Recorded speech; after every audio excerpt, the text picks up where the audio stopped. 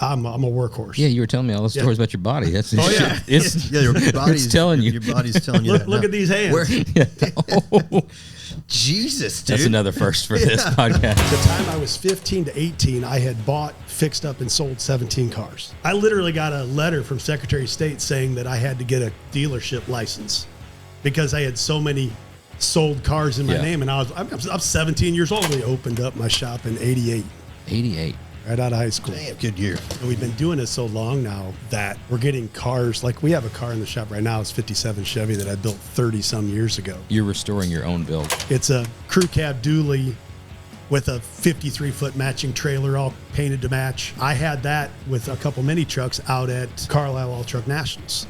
And we won like everything. I mean, everything. BF Goodrich actually came out and talked to me and said, hey, would you be interested in bringing this thing out to SEMA? And I'm like, what's SEMA?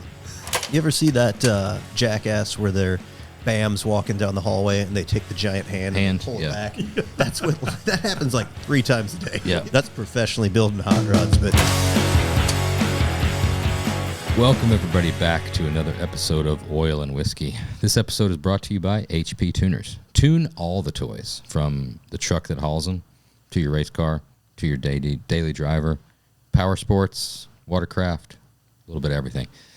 This week we have none other than the John Wargo from the Custom Shop. Yes, sir. Right down a couple hours south, right? Yeah. Just right here in Illinois. This is a fellow Illinoisan. Fellow Illinoisan. We're so close, but we talk pretty much specifically at car shows. Yeah, exactly. Well, that's because you guys are working. always so busy working, and the only time I get out is to come up here and pick get up a chassis. Yeah.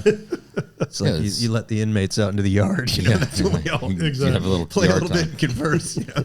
Well, before we get into this one, we have a very special gift that was dropped off by Lou from Lou's Garage.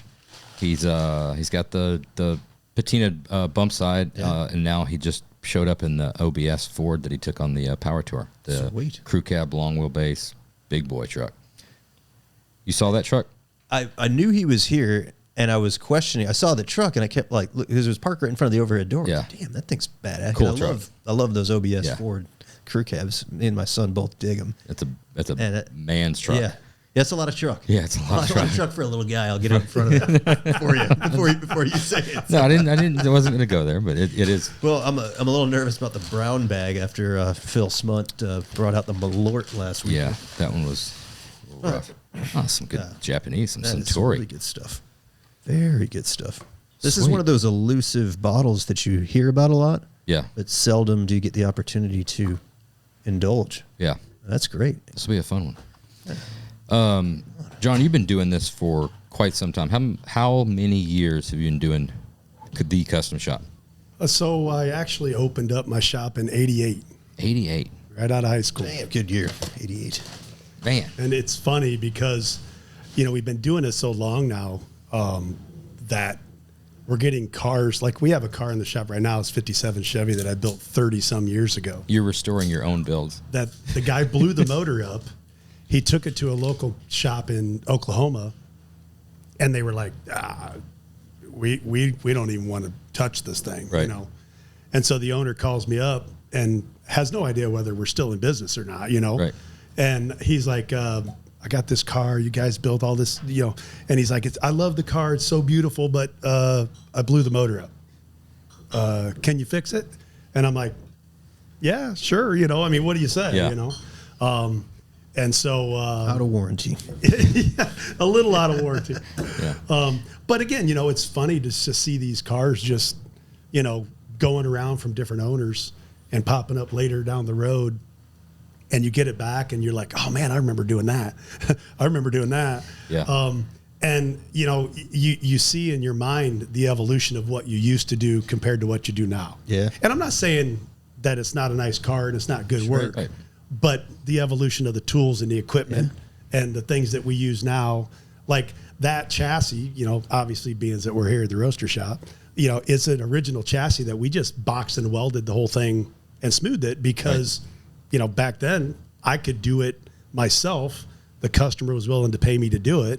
And, we made it a great chassis off of the original one because that's what you did back in the day. 30 years ago, yeah. That's exactly. There wasn't a boop, boop, boop. Hey, Jeremy, I need a chassis for you. Yeah, I mean, you had no choice. Yeah, right. So your choice was to modify what you had. What's the good and the bad that you saw? Because we haven't been around since '88, but early 2000s, and we've had some of those older builds come through. And just like you said, it's interesting to open them up, and you see there's some things that I think for me that surprised me that I'm like, oh shit, we did that pretty good. Yeah. Like hey, we should probably start doing that again. Yeah. Sure. And other things that you're like, we definitely got better. Well, I guess for me, like a lot of things that you learn over the years is like prepping and painting the backside of your panels and stuff better now than you did back then. Because, I was a young guy back then, you know. So, not that it didn't look okay and it wasn't like it was rusty or anything, but, you get to the backside of, like we built a full metal center console that went all the way down it. And that's where all the wiring runs, and I'm like, boy, I could have zip tied and cleaned that up a little more, And, but again, it worked all these years, so it must not have been too bad. Right. But you look back at, just some of the hinges I fabricated on the center console and, some of those things. But then I look at the paint job, still looks fantastic. I did ghost flames on it, and it's that Lamborghini orange color. Sure. I can't remember the name of it, but it's a gorgeous looking car still to this day. Yeah, that's cool. So, the fact that the paint and the body held up 30 years later and it still looks good, can't complain about that. Some of those things are like old girlfriends coming back. It's like part of it's like, oh, that's kind of cool. And you're also like, that a run. I forgot about how crazy she was. This bitch is fucking crazy. Absolutely. Going back to the beginning, you said that you started this right out of high school. How much into high school did you know that this is what you were doing? So when I was actually in high school, before I even got my driver's license, I got my first car. It was a 75 Firebird when I wasn't even 15 yet. So I wanted to redo this car to make it so that when I was able to drive, it was going to be cool. Because at that time, there's a lot of guys. So down in Pontiac is by where we're at. There was a bunch of pro street guys running around. Yeah. And so it was kind of like, oh, damn, look at that. That's badass. I want one of those. And so I bought this 75. And so I worked on it for a year, fixing the motor. I painted it when I was 15 in my dad's garage. It's cool. Learning how? Hot Rod Magazine. How-to articles. Tech tips, huh? Yep. Read every freaking one, probably 2 or 3 times. Where'd you get the paint when you painted that? Napa. Yeah. And I'm in there, as a dumb kid going, what do I need? Right. And luckily there was nice enough guys there that would well, you probably need this, and I'm like, well, the magazine here says I need this and this, So I guess naive, but yet, trying to do something that I had no idea really what I was doing. They told me, oh, you got to sand it with this, but how? Right.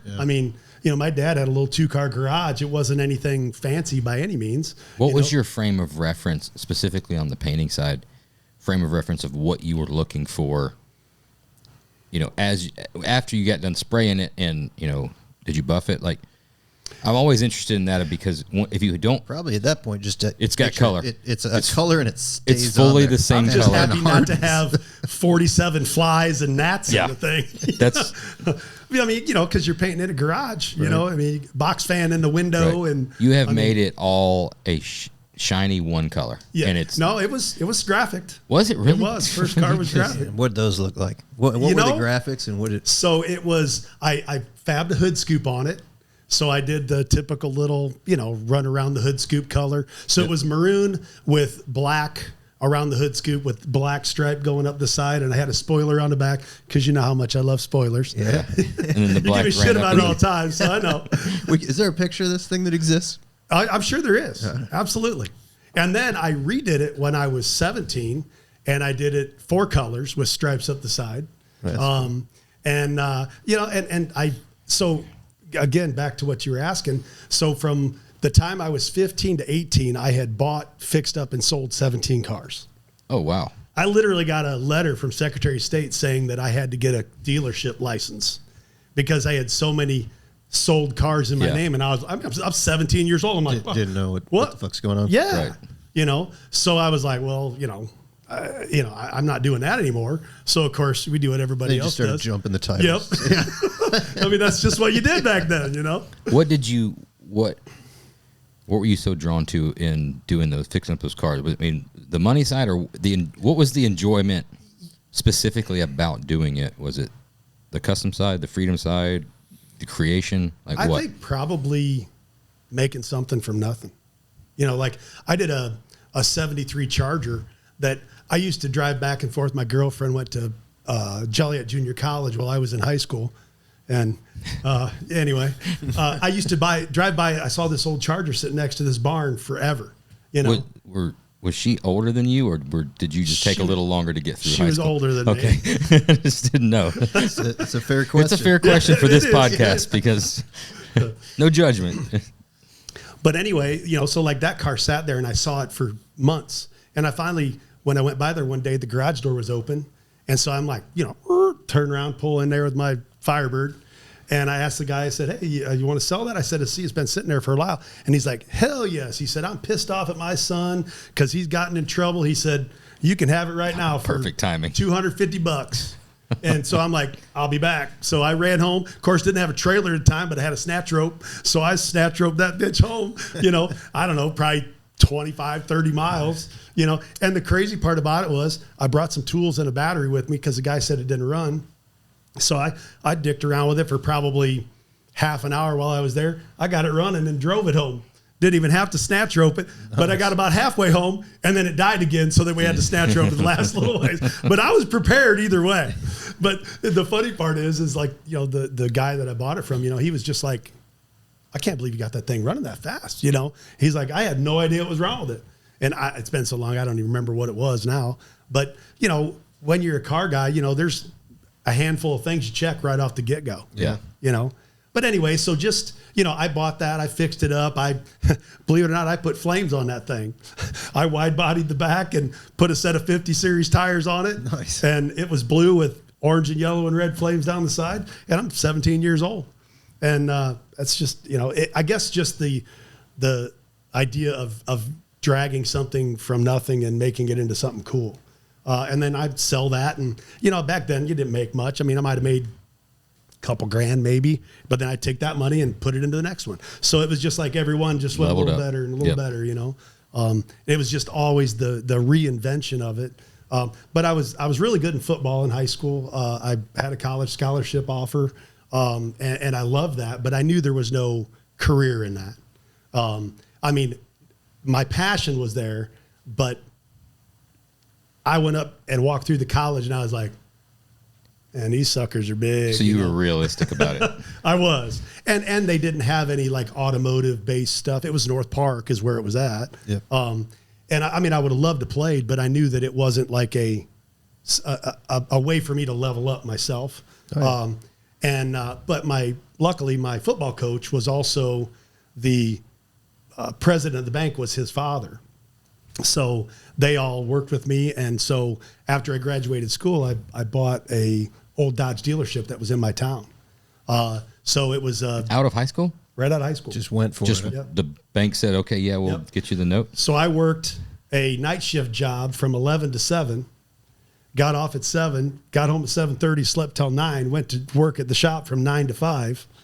I did that for 8 years. So you had the income from the job to show that you could pay the note on what you're buying. Right. Okay.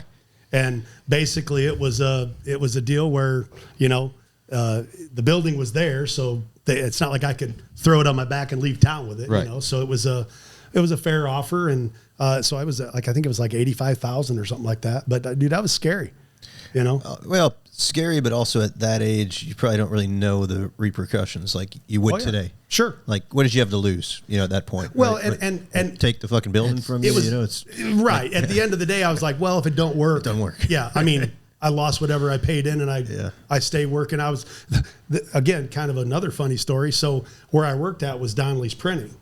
So the first 5 or 6 years that I was there, I leveled up quite a bit. So I got to be where I was actually printing the covers of magazines. I actually printed 2 cars Are you serious? that I built That's cool. in really the last cool. 2 years.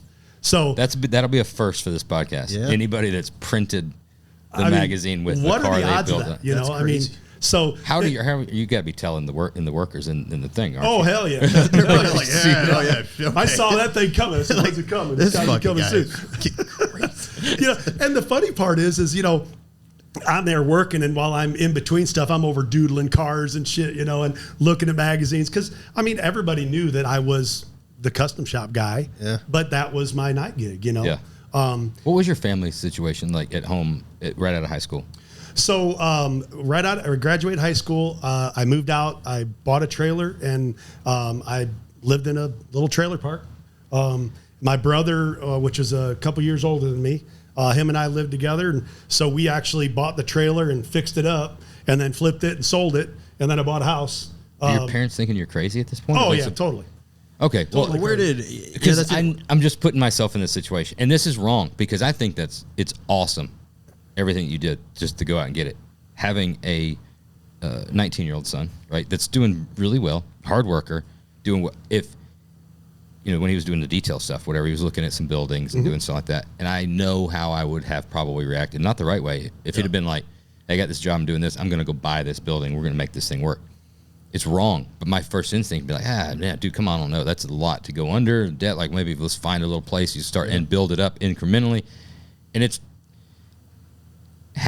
and I know if I was in that situation, there was times I did all kinds of like, oh, fuck it, we'll figure it out. I'll make it work. You're willing to take the risk when you're betting on yourself. Yes. It's difficult when it's your I think son it's or daughter. because your mindset. It's the protection part. You're like, it's not that I doubt that you can do it. It's like, I don't know. It's such a weird feeling. It as you get older, things tend to change. It's like I said, when you're at your age, jumping in there and just buying a Dodge dealership, like, dude, fuck it, let's go for it. That's it. What's the worst that could happen? Blaze would have been the same way, but I'm with you as well. Like if Wyatt came to me at 18, 19, and he's laying out this plan, I'd be like, dude, like, let's pump the Reel brakes it here. back. Like, I know. Easy. You got to wash a few cars in the driveway. Like, let's go. But that's not I'll the give right- you a little space in the back corner to just I like think get started. That's not the right way to be. Yeah, when But you I should see- be like, go Okay, for it. go for it. I think what I had going for me with my parents was they saw what I had done from 15 to 18 already. Just in Yeah, the I mean, you garage, moved some cars. you know. Yeah. I mean, to be able to see the evolution of what I had already done. I mean, you know, I don't say that I'm any kind of special, but I will say, and you know me well enough to know, there's nobody that will outwork what I do. I mean, that's one thing that I have going for me is, you know, I'm a workhorse. Yeah, you were telling me all the stories about your body. That's yeah. it's, Yeah, your body's telling you. Your body's telling you. Look at these hands. Where,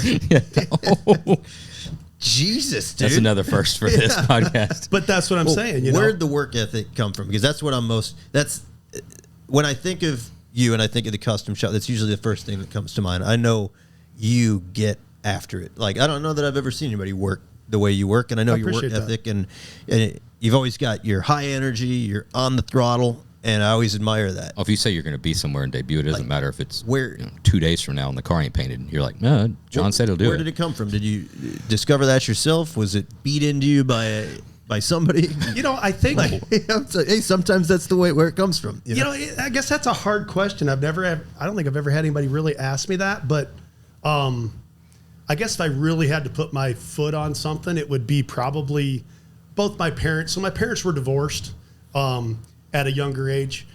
So I dealt with, you know, my dad and my mom both trying to help me grow up, but we didn't have a lot of money.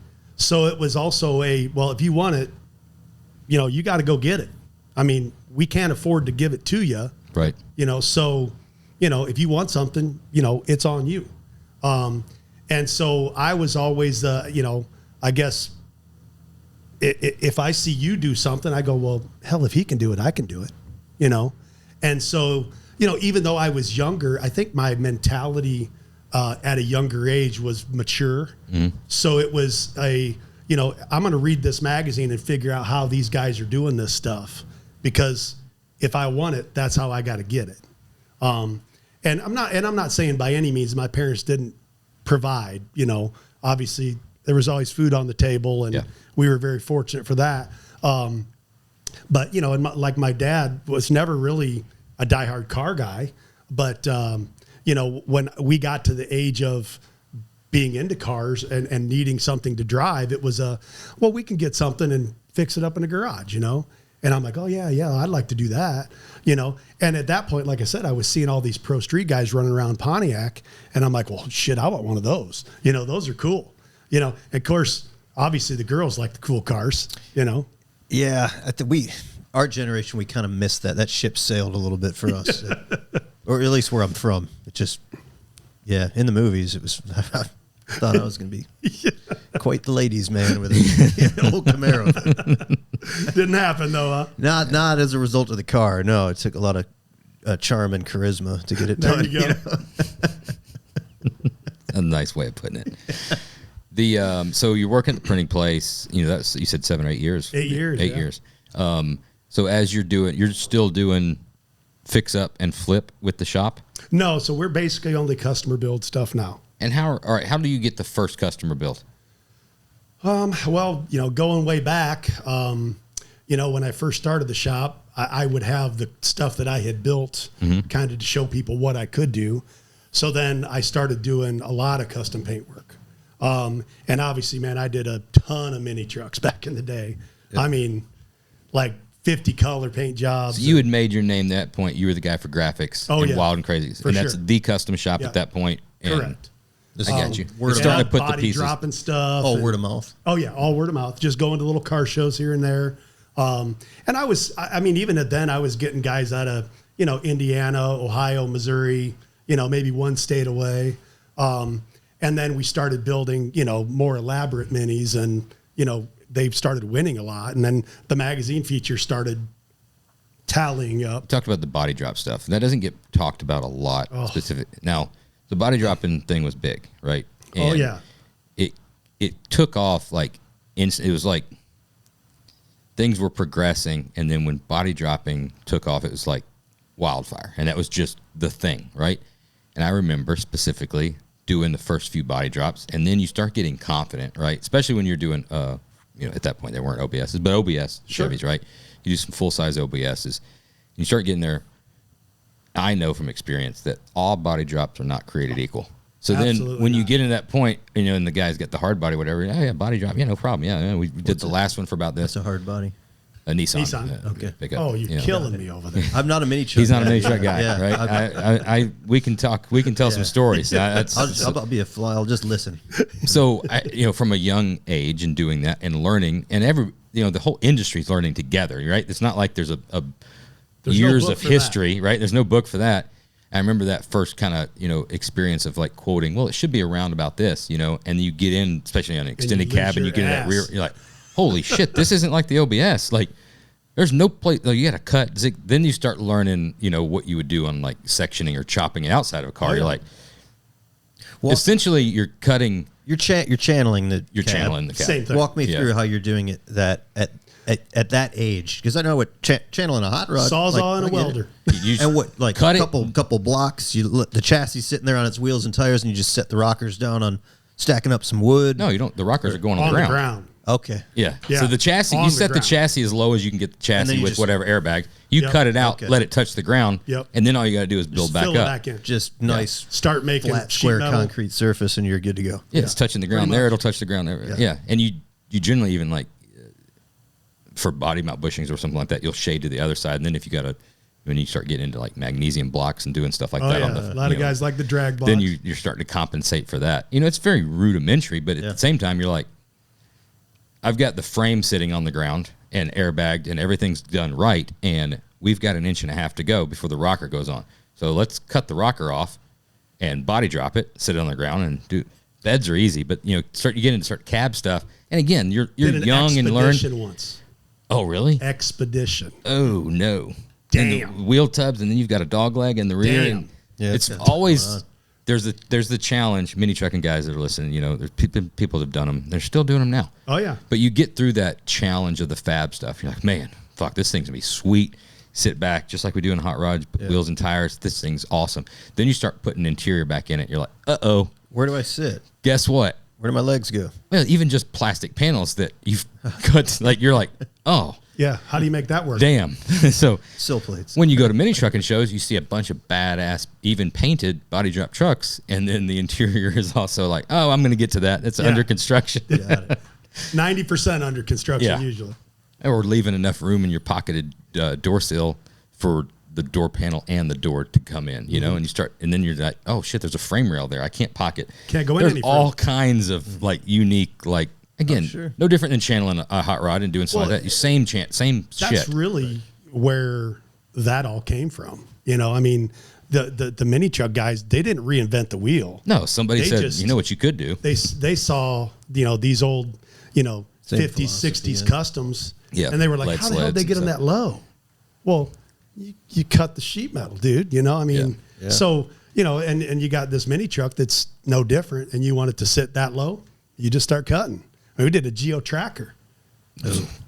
Wide-bodied Geo Tracker. I fuck with the Geo Track. Dude, it's- that and an Amigo. I'll tell you what, in the Put mini those truck right world, there with the Fiero. That might be in my collection one day. I guarantee you in the mini truck world, people know it's called Track Dog. Track. Guarantee you. Guarantee it. And the funny part about it was we literally was just, so Mike Smith is a great friend of mine. And his wife, Shelby, you've probably seen on beautiful blonde. It's on a lot of our photographs that have been through the custom shop. Anyway, him and I were great friends back in the day. So we body dropped his tracker. And so we got it all body dropped and we got the wheels and we put the wheels on and they wouldn't clear the fenders. So he's like, what are we going to do now? And so I'm like, go over there with the Sawzall, cut the top of the fender, and I bend the fender out around the tire, and I put a piece of sheet metal back in the middle of it. I said, there you go. Now it's wide bodied and body drop. See, you guys, Thing was the probably- trackers up here is a different. I came from the South. Yeah. And the Geo Tracker and the Amigo was a very specific person Oh, yeah. that drove those. Well, I had Much like an Alley Leach's Annalise on the wires on the Jeep, Okay. right? It's Well, in by- Atlanta. If you were a chick I'm reading- in a I'm reading tracker, between the you were lines there. hunting. You were on the hunt for got it. a rapper. For me, down the street, I had a babysitter that had when I was a little kid. Yeah. And she was hot, dude. And I remember riding in the back of that Amigo. That was an experience. There were a lot of thoughts going through young Jeremy's mind Chip, at that point in nails, time. fingernails. She was just like nothing okay. flashy, you know. Nothing yeah, okay. just good, like a good hot '80s chick, you know. But again, I had an Amigo that was crazy built. Again, back in the mini truck Amigo. days, crazy graphics. So the funny part is those things there, torsion suspension. So I slammed it on the ground, built it all up. It was all done up, made a magazine that way.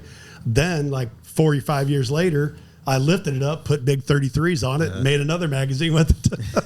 That's the crazy thing. You know, we talk about mini trucks. It gets brought up, you know, and he doesn't wasn't his thing. Yeah, I doesn't just wasn't understand it. involved in it. Right. I appreciate it. No, I get There's it. A lot of people, Sure. and I can respect it. I just never was around it. So back in the day, especially like zero to low budget, you know, you get a Nissan hardbody and tools, you can lower it, right? Throw a block Oh, yeah. or a flip if you did it, you Yep. know, but Torsion bars. turn the bars down the front.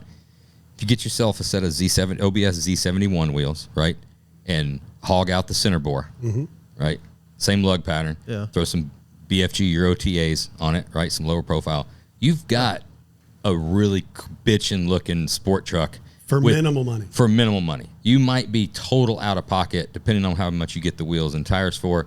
$600 or $700 back in the day, Yeah. right? For a hammered. Now, didn't ride all that great, but it looked fucking cool. It's all that matters. And the hard bodies were cool because it's like two 'Cause like most people factory didn't little notch wide the body. frame, so that You know, the hard bodies kind of rear had the ends- little, you know, they Oh, just yeah. looked a little something. And you Yeah, can put the 4x4 fenders on them. Yeah, Because the then you 4x4 fenders had more flare in the front than Yeah. the two-wheel drive fenders. pull the bumper off, and you're going to get to a roll pan. But right now, it doesn't Yep. matter. You can zip screw the tag to right there, and My daughter has two Nissan hard bodies right now. really. Yep. She's got a big lifted one on 33s, and she's got a lowered one. So the hard body was always like you talk about the square body trucks, right? Everybody, you're just like, it's a quintessential truck. Yeah. Side profile of a hard body, like that's my thing too. It's like if you were to draw just a smaller version of a truck, that's Okay. There's nothing wild purport. It's just a truck. You know, cool little slant nose, square cab. It's a square body of mini trucks. You know, it was just the barrier of entry was so low, and it was a cool thing you could do with your friends. So you could do that. Then you start getting into crazy stuff. And then, but funny fact, I don't know if you know, but my first magazine feature was a '87 Nissan hardbody that I tandem axled. Ooh. oh yeah, And you I got had crazy. a trailer that was behind it that had a hot tub in it. What was the? Damn. What was it? What was the damn lift off? Yeah, Hard. had a canvas top that was Yeah, removable. what was the name? What had the little rat in the thing for the ads? Oh, Radical Tops. Radical tops. Yep. With RIT. So it was a convertible. So imagine. I remember the ads in mini trucking and sport truck now. So imagine I stretched the bed, I cut the roof off the cab, and made a canvas top that covered all that and had a half of camper shell on the back that had 415s in it. Then the front part of that camper shell was then on the extra bed that I made pull behind. That covered and made a canvas top for that covered my hot tub. Damn. Then that was, gosh. Where'd you debut that at? 90 Showtime Trucking Nationals in Missouri, and I won grand champion there, and that was my first magazine feature in Trucking Magazine. And now we're up to, I think it's just over 100 covers and 400 features now. Damn. Wow. That's some serious accolades there, man. So back to the shop and customer stuff. Yeah. Word of mouth. We get into it. And you're like getting into body drops, mini truck. So it's just Ton you're the of guy to go motorcycle- to for ton of motorcycle crazy custom colors. stuff. I did a lot of like simple muscle car repair stuff back then because again everybody's got their 60s and 70s car that needs a quarter panel fixed or and I mean a lot of the body shops don't like fixing rust. So if you can't buy it and Right. slap it on, they don't want to Yeah, do there's no it. place to go. So it was learned how to swap a quarter panel pretty fast. What are you know? spraying back then when things are taking off? You're doing that much Back custom then paint? I was PPG. Yeah, so Napa at the time, when I was in high school, they were Sherman-Williams.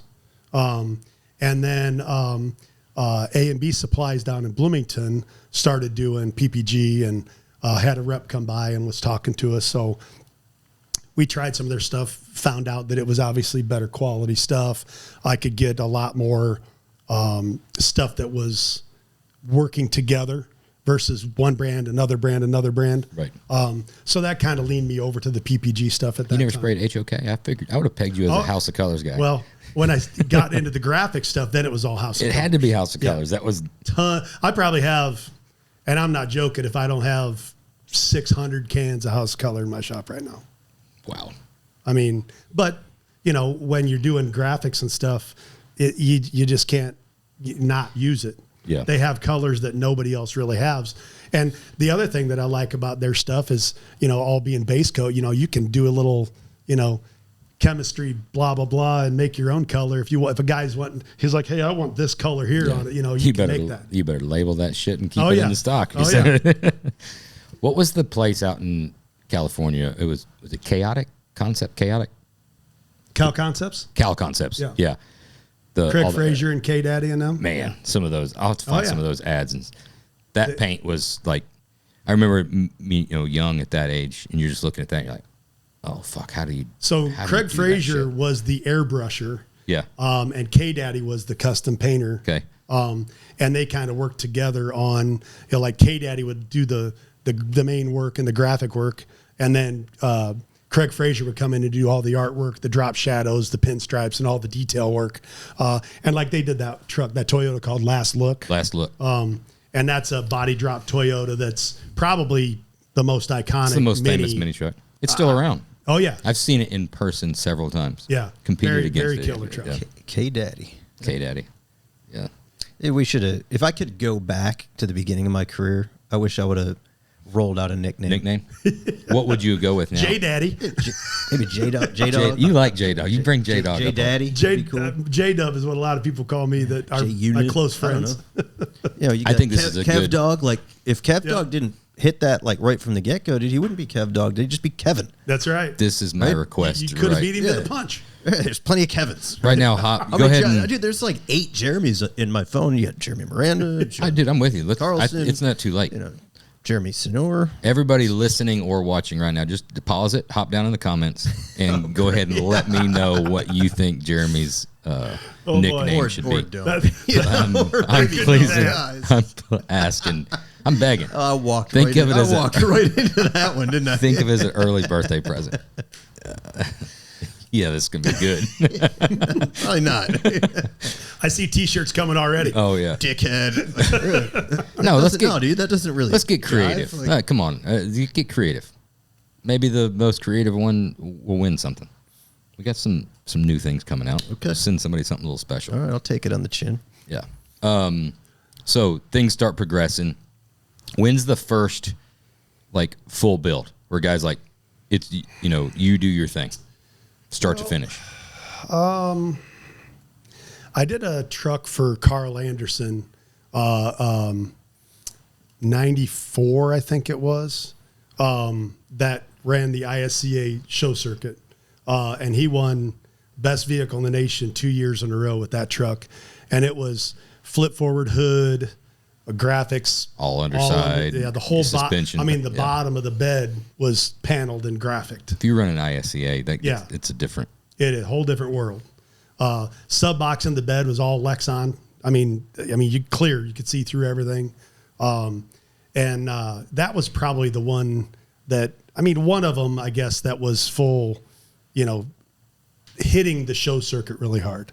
I had done some minis that had been winning,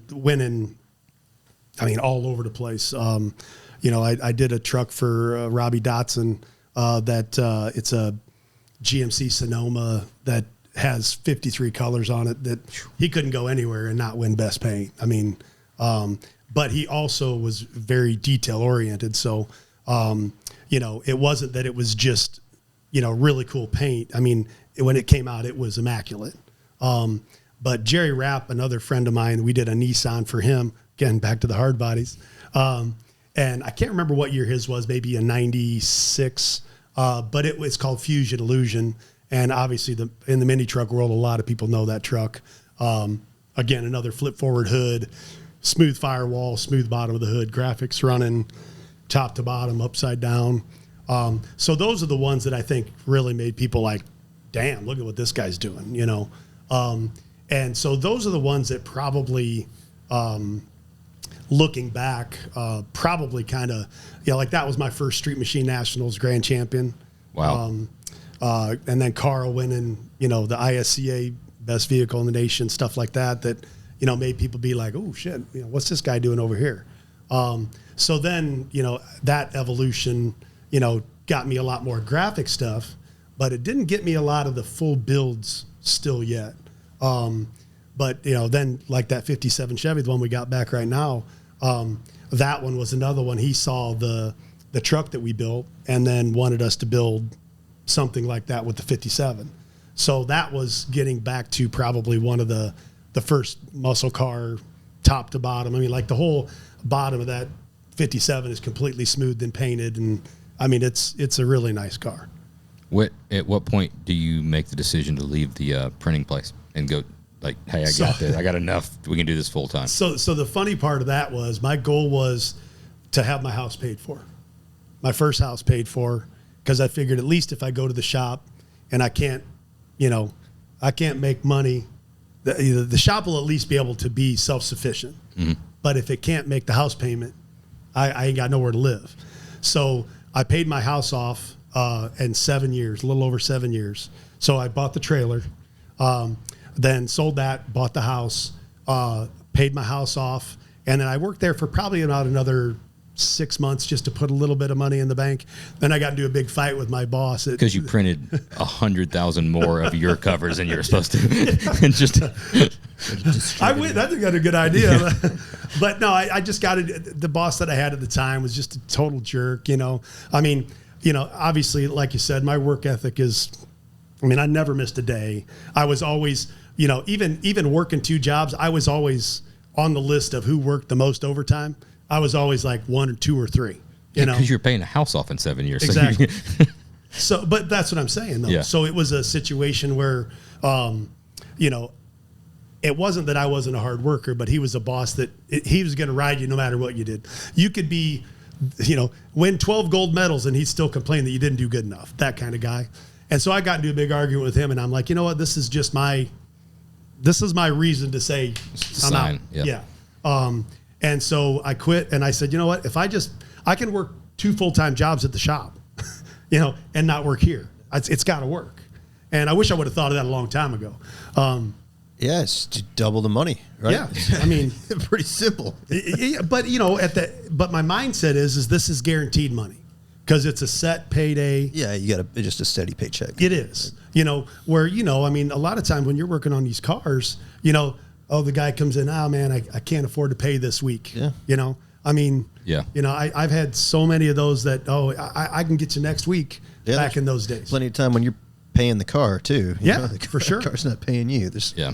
Yeah, and I mean, you know, you think you can do something in 100 hours and it takes you 150, Yeah. and then you're eating 50 hours, you know, and so it was a lot of learning curve back then, you know, and I never had any like business college or anything like that. I mean, my only real schooling is I went to high school and I took vocational automotive my junior and senior year, and that's it. Everything else is self-taught. Well, they don't teach work ethic. You know, that's typically one of those things you either got it or you don't, and that's probably the most valuable skill there is. You know, It's a drive that highly intelligent, but if the work ethic's not there, yeah, you can't, you know, you can't fake that. yep, I guess is the best way I can put it. yeah, yeah. Josh can fake being highly intelligent all the time. Like he blows my mind sometimes. I'll sit there and look at him and be like, really? And I believe a lot of the shit. Most of the time he's right, but there's a lot of times he just fucks with me. Yeah. And he gets by. You know, you've done pretty well with that, right? But it's the work ethic certainly can't fake. Work ethics carried you further. Oh yeah, 100%. Yeah, bullshit only gets you. Yeah, I mean, we've all got very similar mentalities of, you know, if you want something, I know growing up, like I had to go out and get it, either earn enough to buy it or make it myself. You know, right. it wasn't going to be, no matter how much you asked, begged, you know, put it on the list, it just physically wasn't going to happen. You know, it wasn't in the cards. Somehow So Santa Claus never brought me the stuff that I wanted. Yeah. Yeah. I'm going to have that G.I. Joe aircraft carrier one day. That was We brought that up the other day, joking around with Mark. And he's like, oh, yeah. I used to sleep on it. You're like, An asshole. yeah, dude. There was things, not that you know, things should be a driving force and stuff, but when you're a kid, you know, there's things that you know, want to play with, or you got your heart set on, whether it be a bike or, you know, a backpack super soaker, and things like that. It's just, and you see other people, you know, and I never, you know, we've talked about this, not to go in a rabbit hole, but I've never looked at somebody else that got something, you know, with ill will. I never like, why does he have that? I didn't get that, you know. Right. Oh, it was like a driving force of like, you see something in the Sears catalog or whatever, you're like, man, that would be so awesome. You know, play with this, you go through this stuff, blah, blah. And then, you know, Christmas happens and somebody else gets one. And it further like, yeah, see, it is awesome. Like, that's so much cooler in person than I thought. So then you're like, well, I want to experience those things. How do I get that? How do I get that? You know, and how do I work, you know, at 15? You know, who can I con into paying me, you know, working extra hours than I'm legally supposed to at 15? What can I do? Yeah, I was working construction at 14. I was working construction at 14. And you figure out real quick then, that's where a lot of work ethic comes in too, because it's hard labor. You don't know shit at 14, right? And you're coming in with a lot of people that are hard workers and know their shit, right? And are not going to be taken. You're already coming in like, what? I bet you can't lift what I can lift. I bet you can't carry this. You don't know shit. So you're the only way to gain any respect whatsoever and get a paycheck is to work hard. That's it. Like, all right, that's fine. You want it? Oh, so all that wood's at the bottom of the mud? I'll get that wood out. No problem. Carrying a stack of shingles up a ladder on your shoulder. And you just keep going. And then you earn some of that respect and you get paid, right? And you're getting paid, you know, especially when you're at 14, you're getting, you know, decent wages, and other 14-year-olds, you know, aren't, you know, and you're like, that's what that so this is feels the like. cheat code. Yeah. Okay. So you just go get it. work harder, do that. You know, I'll forego doing some stuff on Saturdays when everybody else is hanging out to work. Yep. I can work all day Saturday where I'm only working like 3 or 4 hours after school, you know. I say all the time when people say they work 40 hours a week, and I'm like, Part-time, huh? what the hell do you do the rest of the time? Yeah. Yeah, part-time. That's a good way to put it. Yeah. Because, you know, I mean, I'm usually 40 hours a week by Wednesday. But it's interesting too when that, again, you shouldn't covet things, and you shouldn't have, you know, purchases drive, you know, your decisions and stuff like that. But Sure. from a young age, it does give you that work ethic. Cars, though, it sort of forces you that. Forces you that direction. You like fun cars and cool things. Cars aren't cheap. Nope, they're not. Hot rods are not cheap. And you figure out a way to do that, and it's interesting the people you meet that have that mentality of like, man, that's cool. I want something like that. I'm going to go work hard to go get it versus like, oh, that's not fair. If I don't have it, why does he have it? I'd rather him not have it because I don't have it. That's a horrible attitude. Right. Horrible attitude. Well, and it's not going to make you work any harder. Probably one of the things that bugs me the most is when people say, well, it must be nice. Oh. And we've touched on that one Yeah. before. And I don't mean to bring up a bad subject. No, but you we talk about it all the understand time. what I'm We saying. specifically use that phrase. That's the worst thing that somebody could say. Because I tell people all the time, I said, you know, I wasn't handed no silver spoon. Right. You know, I mean, again, loving parents, very fortunate to have, you know, maybe more so than other people. But at the same time, there was no, you know, golden egg, and there was no silver spoon. Yeah. And it was you know, like I told you before, you know, you if you want it, go get it. When you we've talked about it a couple of times. When somebody says it must be nice, the answer really should be 1,000%. Whatever you're talking about right now, it is really nice. You have no idea how nice it is, but you also have no idea how hard it was to get to the nice. Yeah, the sacrifice. Right. It is nice. I'm glad you noticed because you're right. It is really nice. It wasn't nice on the way here. It wasn't nice on the way here. That's, you know, rowing that boat, digging the ditch, however you want to put it. Yeah. You know, anybody that's successful, well, not anybody, but most people that are successful have gone down that road. And, you know, I guess that's the thing that I think some of what drives me, because, you know, for me, those people that say those things make me want to go harder. right. Yeah. Because it makes me always want to build better. It makes me want to, you know, come up with different ideas that maybe somebody else didn't think of. Yeah. How many of those people, though, that say those things are somebody that you respect, admire, or has some sort of redeeming quality or accomplished something? You know? Exactly. Like, you ever see, Very few. never seen Michael Jordan giving a speech, you know, with Must be rings nice. on all his fingers, and, you know, somebody else won something, and he's, Right. must be fucking nice. Yeah. Yeah. Because instantly, like the people that say it must be nice, they don't associate any real cost with the thing. They're just putting whatever price tag that they think it would cost to buy the thing. Correct. Right. Or whatever, or achieve the thing, even if it's not something you can't buy. They think that cost was this, or you were given it. Somebody gave it to you, right? Correct. Or somebody gave you the money to buy it, or you cheated your way to get the skill set to do the thing. Nobody associates the real cost. What you need is like a tally of what the sacrifice. Right. Yeah. No. So I'd be careful of how nice you think that thing is if you're showing. Until you pay the tab. Right. Because there's been some bad decisions. Oh, you know, yeah. There's been some family that got pushed to the side. That's right. To push this part to get to this thing that you say is nice. Absolutely. Ask the other people that sacrificed along with me of how nice that thing is. They're probably saying it's not that nice. You know, it's. Well, most of those people would never put in the work and the energy that you would. Right. That's why they don't have the frame of reference. Understand. They don't have the frame of reference. Exactly. Yeah. So you got to fight with the boss. Now you're like, all right, I've got the house paid off. Yep. So bare minimum, worst case scenario, I can eat. Right. I can buy enough food on the table. I can buy enough food. Yep. Do you have a family at that point? So my son was born in '99. Okay. Brandon. Crazy thing. He was born on 9/9/99 at 9:00 in the morning. You got a thing. Nine's the lucky number then, Isn't that right? crazy? Got to be something special about that, Right. But he's a great kid. But anyway, so I was married and had my son at the time. It didn't work out. Got divorced just a year or so after that.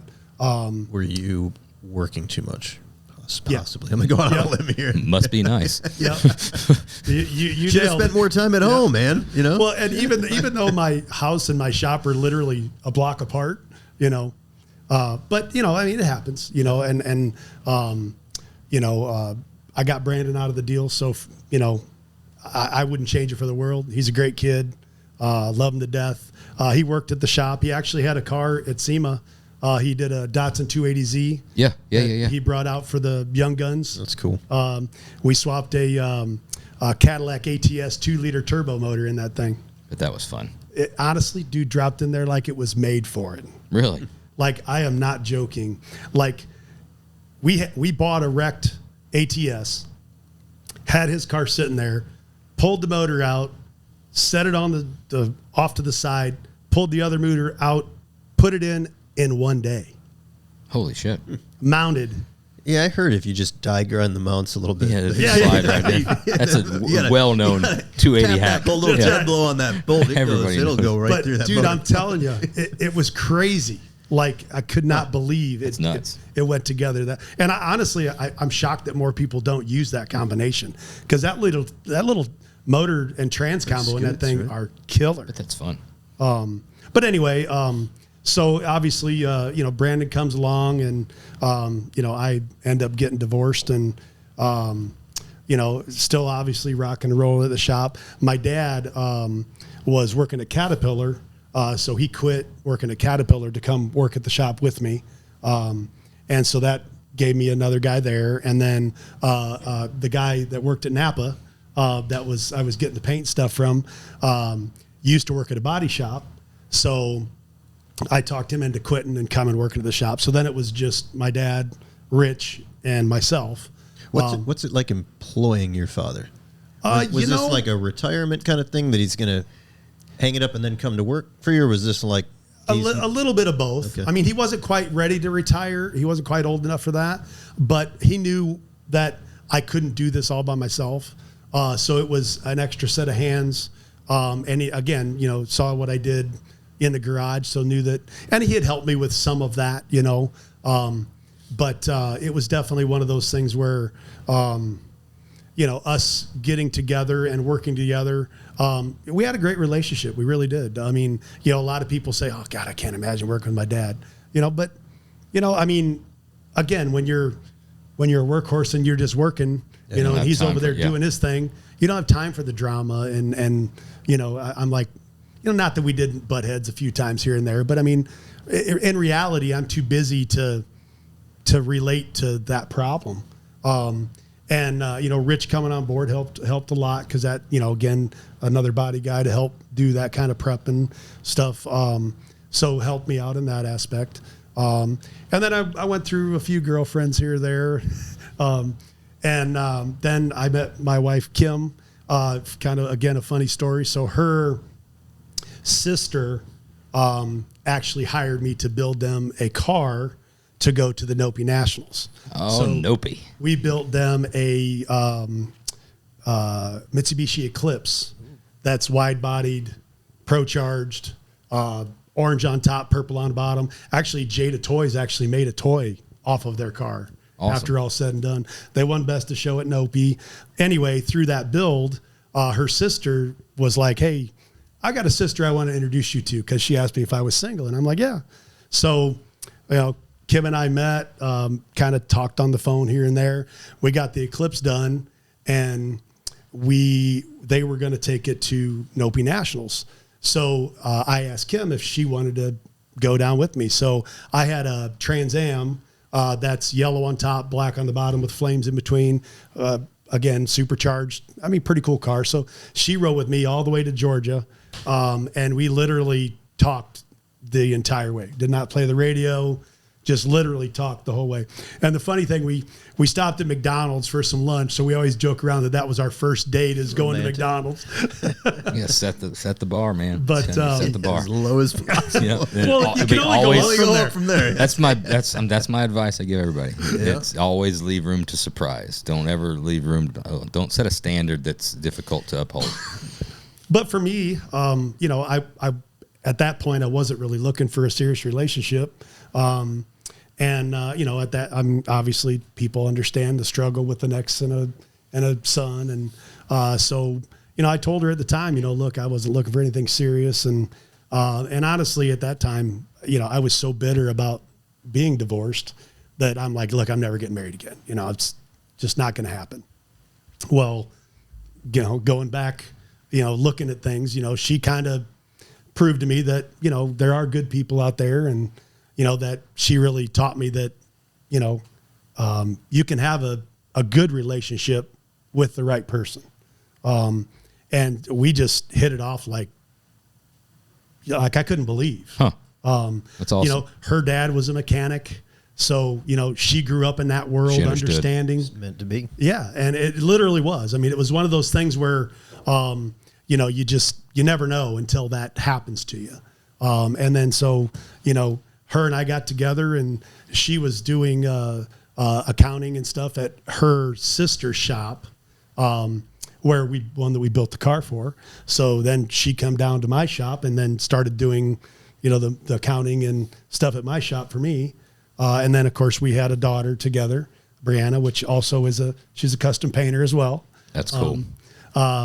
So, I mean, we were very fortunate to, make that kind of weave together. Yeah. And when you got your dad and you got the guy from Napa, you're meeting your wife, do you have a vision or master plan for the shop of where you want it to take it, or what type of cars you want to build? Or are you you're taking projects, you're making money, you're getting, a little bit better each time? Do you have a direction you want to go? I think it's basically customer based. Everything's kind of, what customer comes in the door at that given time. Yeah. And then I'm sure, like you guys, you kind of start seeing the evolution, I should say, of the muscle car world starting to really blossom, and the mini truck world starting to die down. And I did a lot of Harleys and a lot of custom bikes, and even like when Orange County Choppers was hot. I mean, I built, tons of full frame motorcycles. Yeah, but when that stopped, it stopped. It was like somebody pulled the rug out from underneath that. I've never was the seen fastest, anything like crazy. it. Yeah.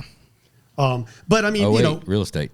Again, it goes back to, us being versatile, so when that was hot, I mean, we were building choppers, we actually opened up a custom shop cycles division of the shop, which is still me, but it was a way, because again, Orange County Choppers, everybody wants the motorcycle name in there. Yeah.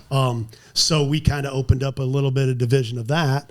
And I actually had a Harley that was in, the, Sony booth, at SEMA, that was supercharged, had a 300 back tire, a 180 front tire, stretched. I mean, it's basically like the baggers they build today, but this was in, I mean, I don't know, 90. Was that back in the Explode days? 98? Shit. Probably. Really? That long ago? Yeah. Wow. I mean, it's been a while. It may have been 2000. I'm not sure exactly. But anyway, so, when you look back at these things, and, we kind of ride this roller coaster of what people want. Right. And, I'm in a town of 1,000 people, so there ain't no walk-in traffic, so you're literally grabbing these customers at car shows and things like that, and then again, we started going to the bigger, Street Machine Nationals, Good Guys, SEMA, stuff like that. We started kind of getting into those plateaus, and, starting to get people to say, hey, I want something like that. And so, then we started grabbing onto the SEMA train of building SEMA cars. And so we've done, I think it's 71 cars at SEMA so far. Really? Which is, SEMA's launched a lot of careers. Yeah. And a platform for a lot of people to have a lot of success. Well, it gives you a huge platform to show people that you would never see anywhere else. Yep. You really wouldn't. Like, there's no show I could go to anywhere in the Midwest that I would see some of these kind of people that are into this industry as deep as we are. Yeah. When the SEMA show is an interesting topic, especially for the custom shop, because I feel like you sort of exist in a little bit of a different world there than some of the hot rod industry does. Like you're hooked up with the stereo guys. You've always been in Sony's booth, right? Yep. And it's a different world over there. It's different clientele. It is. And obviously you do quite well with it. Yeah. How did that all come to be? How did those relationships build? And how did that type of car start evolving and landing in those booths? So, I always did, like back in the mini truck days, we always did big stereos. So that was not uncommon for us to do audio systems. And again, my own cars, I've always been a big bass head and big stereo guy. So my cars have always had systems. So when I think my first vehicle, which I don't know, you may have seen, it's a crew cab dually with a 53-foot matching trailer all painted to match. And so I had that with a couple mini trucks out at Pennsylvania at the Carlisle All Truck Nationals. And we won like everything. I mean, everything. And so BF Goodrich actually came out and talked to me and said, hey, would you be interested in bringing this thing out to SEMA? And I'm like, what's SEMA? I mean, I didn't know. It was Phantom dually, wasn't it? Phantom. It was, yeah. So I was like, well, yeah, sure, why not, And so they hooked me up with some tires, and I'm like, oh, you're going to give me free tires? All right. Amazing what you'll do for a free set of tires. It is, right? $120 a pop at the time. You're like, Yeah. Yeah, but I'll you got to build this thing realize in 2 months. But she's sponsored, though. yeah. He's sponsored. the truck has 6 tires and the trailer has 6 tires. So yeah, it's a little bigger sponsorship. Yeah. But I mean, at the time, it was more of just a wow. This is It's the pretty connection. wild, It's a building block. It's a stepping stone. Then after that, it kind of became people started saying, hey, would you be interested in, trying our stuff? And now not everything was free, but a lot of times it was a good discount. Mm-hmm. Sure. So, and again, back to being just the little guy on the block trying to, make the race, so to say. All those little things, meant a lot to me. And so we started seeing that we could get more exposure. And then, of course, being at SEMA got me into more magazines because obviously all the photographers are there. Yep. So we used to go out after SEMA almost every year to the salt flats and get magazine shoots instantly that Sunday. I mean, it was, right then. And that was like, man, how crazy am I not to do that? Get to go to the show off what we do, stay an extra day, get up early, go out and do Bonneville photo shoots, load up and head home. Especially in a town of 1,000, because you're relying solely on that for the brand building. Absolutely. And you got to get the name out there. And so, that evolution went into then different companies asking me, hey, would you be interested in having a car in our booth? And I'm like, yeah, So then, you would get that one and then somebody else would want one. So then you'd get 2. And are you building customers' cars? They're for all these booths? customers' cars. All right. Yeah. So you've got an some of them opportunity. Back then were mine. Okay. And I have plenty of my own toys. And Must be nice. So What is must be nice. Yeah. When you get you're working on a customer's vehicle, right? We all know how this goes. Working on a customer's vehicle, projects in different degrees of different levels of completion. You have the opportunity. Hey, Sony wants a car for their booth. So so and so wants a car for their booth. Talk to that customer. Like, hey, thinking about we got this opportunity. Would you be interested in that? It's amazing how the budget they find more. Oh well, if it's going to SEMA, You shake those couch cushions a little bit. yeah, and it's like if it's going there, well we oughta. What we should do while we're at it. It's because us as builders, we want to use that as a stepping stone for us. Of course. So the car has to be, It's going to be a certain level. Right. the next level. Right. Yeah, it's not just the customer that's everybody is. finding a few more bucks. It's the builder. You that's donate a usually few like, more bucks too. Let's do it. Yeah. Yeah. You always donate one's on some the bucks house. for sure. Yeah, that's a difficult. I say difficult, wrong word. That's an interesting subject that we've talked about a lot, and there's varying degrees of opinions on it. Yeah, from all over. It's the only thing that I will love Roger and Troy both to death. It's the only thing that I'll publicly disagree with them on when they're going through their class, because I don't see a way around it. Yeah, the I goal. just don't see a way around Their goal to get to is where the you wanna ultimate goal, obviously. Yeah. And we've always talked about, or I've said, the measure of success year over year is donating less and less every year. Absolutely. Right? Because it means you're getting better, right? Customers are stepping up, more efficient, right? And, again, Roger and Troy, great business development class. It's a class, not a conference, just so we get that out of the way. Yep. They're doing really great work. They're doing the Lord's work. They're doing the Lord's work and the industry. Doing a lot they for really are. And that's where, we talk to Roger, we talk to Troy, we're great friends, and we talk all the time. And we all, talk like, dude, I get it. I get the rule. I get the thing of what you're trying to get to. But, they're saying, like, if you're doing anything, you're doing it the wrong way. To your point, like, I think we need to circle back on that one with them to get some clarification on it. Is that really the message? Yeah. I mean, obviously, that's what everybody should do. You should get to a point to where of course. You charge for every hour. That means you're doing it in the most efficient way. The customer understands. Pretty much impossible. It's a crazy thing is think about, like, go have a hot water heater installed. And let's say you're going to move this hot water heater. You want to put it in a different room. That plumber, like, dude, what are the odds that he's going to be like, you know what I'm going to do? Dude, I am going to do copper plumbing. I'm going to solder all this shit. I'm not using any crimp fittings. And I'm going to make these things. I want these parallel perfectly. I want to get different radiuses because I want the outside radius when I turn this water line to match the inside radius. And I'm going to run them down. I'm going to clamp them every half inch. But those little, whatever those little stamp steel clamps, those aren't good enough. I'm going to machine some. Right. And I'm going to do that for free just to show how badass I am. Well, that will happen. Never. No, never. Usually that. Dude, can you put like an extra hanger on that thing? That thing's going to fall. Out of PVC, and I'm going to hammer a fucking nail and bend it over the pipe. And hope it lasts a year. Yeah. You get in and out, get paid, make as much money as possible. I can't think of another industry that does what we do to, put your best work out there in the public's eye and seize the opportunity to, essentially make it up on the back end, right? To build your reputation, to put all your skill set out there on display. It's got to be the only industry. Because I say, like what you're talking, what is that worth to you? What is it worth to you to have people see that you're willing to go the extra mile? Yeah. That only is in your head what that's worth. Yep.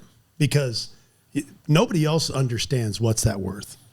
Yeah, I especially, I guess I have a more of an issue or a bone to pick or an argument with the on the way up. Mm-hmm. Because yes, I still disagree at the level that, say whatever that level is, right? Everybody wants to get to that level, and then you're like, all right, well, now we've got a successful business, and I've got a great team, and we're building the cars we want to build, and we can be selective about the jobs we come in, blah, blah. Okay, so that's the level. Everybody, even at that level, still wanting to do better next year than they did this year, right? So you're trying to build a crazier car. Well, with that scale comes with you're going to try something you've never tried before. You've got a customer that believes in you. You're going to try to push uncharted territory. Well, with that uncharted territory comes some R&D and some donation, and you're like, oh, it turns out that didn't work, but that's on us. Don't worry about that. You know what I'm saying? Yep. But on the way up, like, you can't, it's great to say, and it's a cool, like, flex to be like, oh, dude, I've been in business, 8 months, and I've got a 13-year waiting list, and I only take the jobs that I want to work on. Like, yeah, and I'm billing at a 99.95% rate of every minute is billed. We all know that ain't real, right? And like you were talking about, on the come up, right, so to speak, and bring it back 90s hip hop, like when the guy, you're wanting to build the cool motorcycle and you're also body dropping this, and the guy comes in, hey, the local body shop won't do the quarter panel repair on my 67 Chevelle, right? Mm-hmm. And it's a stock paint, right? Like, I'll do that. You're taking what you can get. Let me knock that out real quick and get back to this. At the end of the day, we're all our own worst enemies, right? Because we all want to do something a little bit cooler the next time, right? But we all lose sight of what the dream was in high school or in college. It's like, I just want to work on cars. I just want to do this. I want to do that. So along that dream, you're doing what you wanted to do. You were working full-time in your own shop working on cars every single day. Now, is that 67 Chevelle quarter panel as cool as laying out the crazy, laced graphics on the whatever thing? No, but it's paying. That's right. Right? And it's like you said, and you're going to take that quarter panel repair to a heightened level than what that customer even expected, because you want everybody to know that when you did, you're like, holy shit, I can't even see the blend line. I can't even see that thing's this, because you want everybody to know how good you are. Because you have that just instilled in your head that that's the only way to do it. And you got it instilled in your head, and you know that you can't be a part of every conversation, right? You can't be you're not going to live with that guy with that Chevelle and go to every place that he goes. And when the guy looks at it, he's like, hey, I know it's got a little like overspray and run on the backside, but just so you know, he's happy with it, and he only paid like $1,500 to do it. So I can do way better if you pay me more, but I did exactly what I was paid for. You can't be a part of those conversations. Nobody knows that. You're not going to be able to tell all those guys. So you're only as good as the last thing you did. You can't be, I mean, we talked about it at the car shows all the time. You go up and, like, oh, just don't look at that. The customer didn't want to spend money on that. Well, dude, I wasn't going to pick out. Now you're showing me all the flaws. Don't show me all the flaws. That's stupid, right? Let me just enjoy the car. The car's fucking cool. And if it was like door hinges that made it or break the fucking build, you should have like fucking put them on there, because it broke the build, right? It made the build. Do the thing that needed to be done. We joke around all the time about, the mini trucks that I did back in the day and the amount of time it took me to do those graphics. Yeah. And how little I charged. I can only imagine. I mean, did you ever go back and actually calculate that labor rate? Oh my God. Based on the hours you had in one? No. I probably get sick. Do you think it was single digits? Because I'm sure. I'm sure. Like, I don't know. I'm projecting a little bit from personal experience. There's the time when it's late night and the bugs are flying around the lights, whatever, and it's like the 1 o'clock and you're laying out fine line and you're not thinking about what that's costing. No. You're having a fucking blast. That's right. That's the fun part of doing all this stuff. You're just getting it done. You're just getting it done. Then when everything's done and painted, you're like, all right, I got this much materials. I got this. I probably had about this many hours. It's funny how you never factor in that prep, that mask, how many rolls of what you did, because that's the enjoyable part. Like, you had a great time doing it. And then you mask this off. You're like, oh man, what I could do is I'd go ahead and lay this base coat color down. Then I'll graph this off, whatever. I'll soft roll this edge. I'll flood a little bit there. And oh man, I also saw this in the magazine when they did this, whatever. I can do this bubble wrap trick, and I can do this stuff. Will be a great texture there. You're not charging for all that. Let me run down to Hobby Lobby real quick, or let me get some of this kind of little craft stuff. The mind, I can when rip you're the jagged edge doing of the paper this stuff, your mind has to be so sharp when you're doing these multi-layers. You have to be remembering where it's advanced where this calculus, where that is. Yeah. What goes working over your way this, backwards, because a lot of those graphic paint jobs are so three-dimensional, where one goes over the other and crosses under, and it's not like you have, even though I do a lot of renderings, there's no real 100% rendering on these graphics. So it's all living in your head. Well, they're never giving you a step-by-step of which color you're going to do the overlap. Right. Oh, this one's not going to blend over this one, or the tape edge is going to show on this light color, so it's going to be a wall. Purple or blue? Damn, I don't remember. I mean, and back then, like today, you can take a snapshot with your cell phone and go back and look at it. 30 years ago, you didn't have that luxury. Yeah. So it's all by memory. And you run down and get it developed. So that Sonoma I was telling you about. One night I was working at like 10 o'clock at night. We had a big storm go through, and the frickin' electricity goes out. And I'm in the paint booth laying graphics out on this thing. I literally had candles and flashlights in the booth laying out graphics, because I don't know how much paint you guys do, but you only get so long of a window to be able to get that.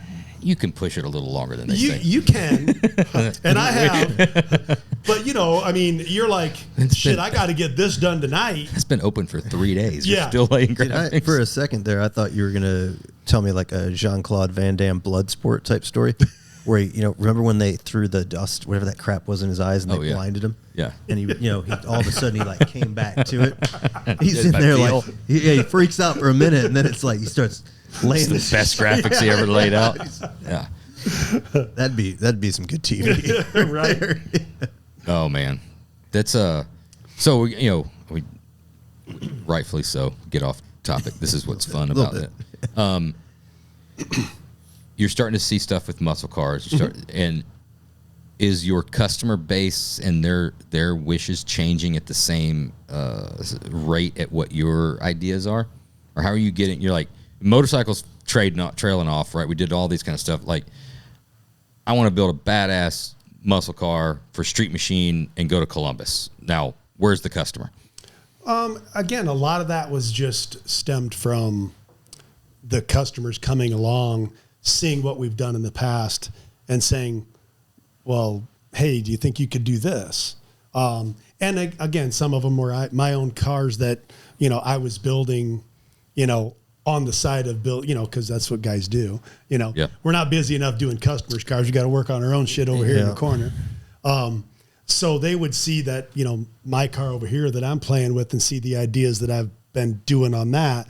And then they're like, oh, hey, I want that on my car, So it was definitely kind of a little bit of the customers and a little bit of my, kind of even you see, some of the mini truck stuff kind of even going over onto the muscle car stuff, where again, like we talked, body drops and, and laying these things out now. And I mean, you see so many of these muscle cars that are this far off the ground now, Yeah.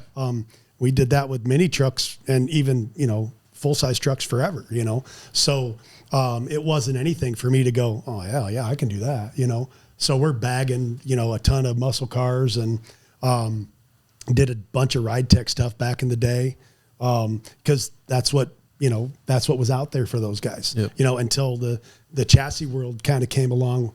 And it was a lot of bolt-on suspensions or like I did a 49 Chevy truck that probably I'd say 94, 95 that was body dropped and on air. I mean, another one that won Street Machine Nationals.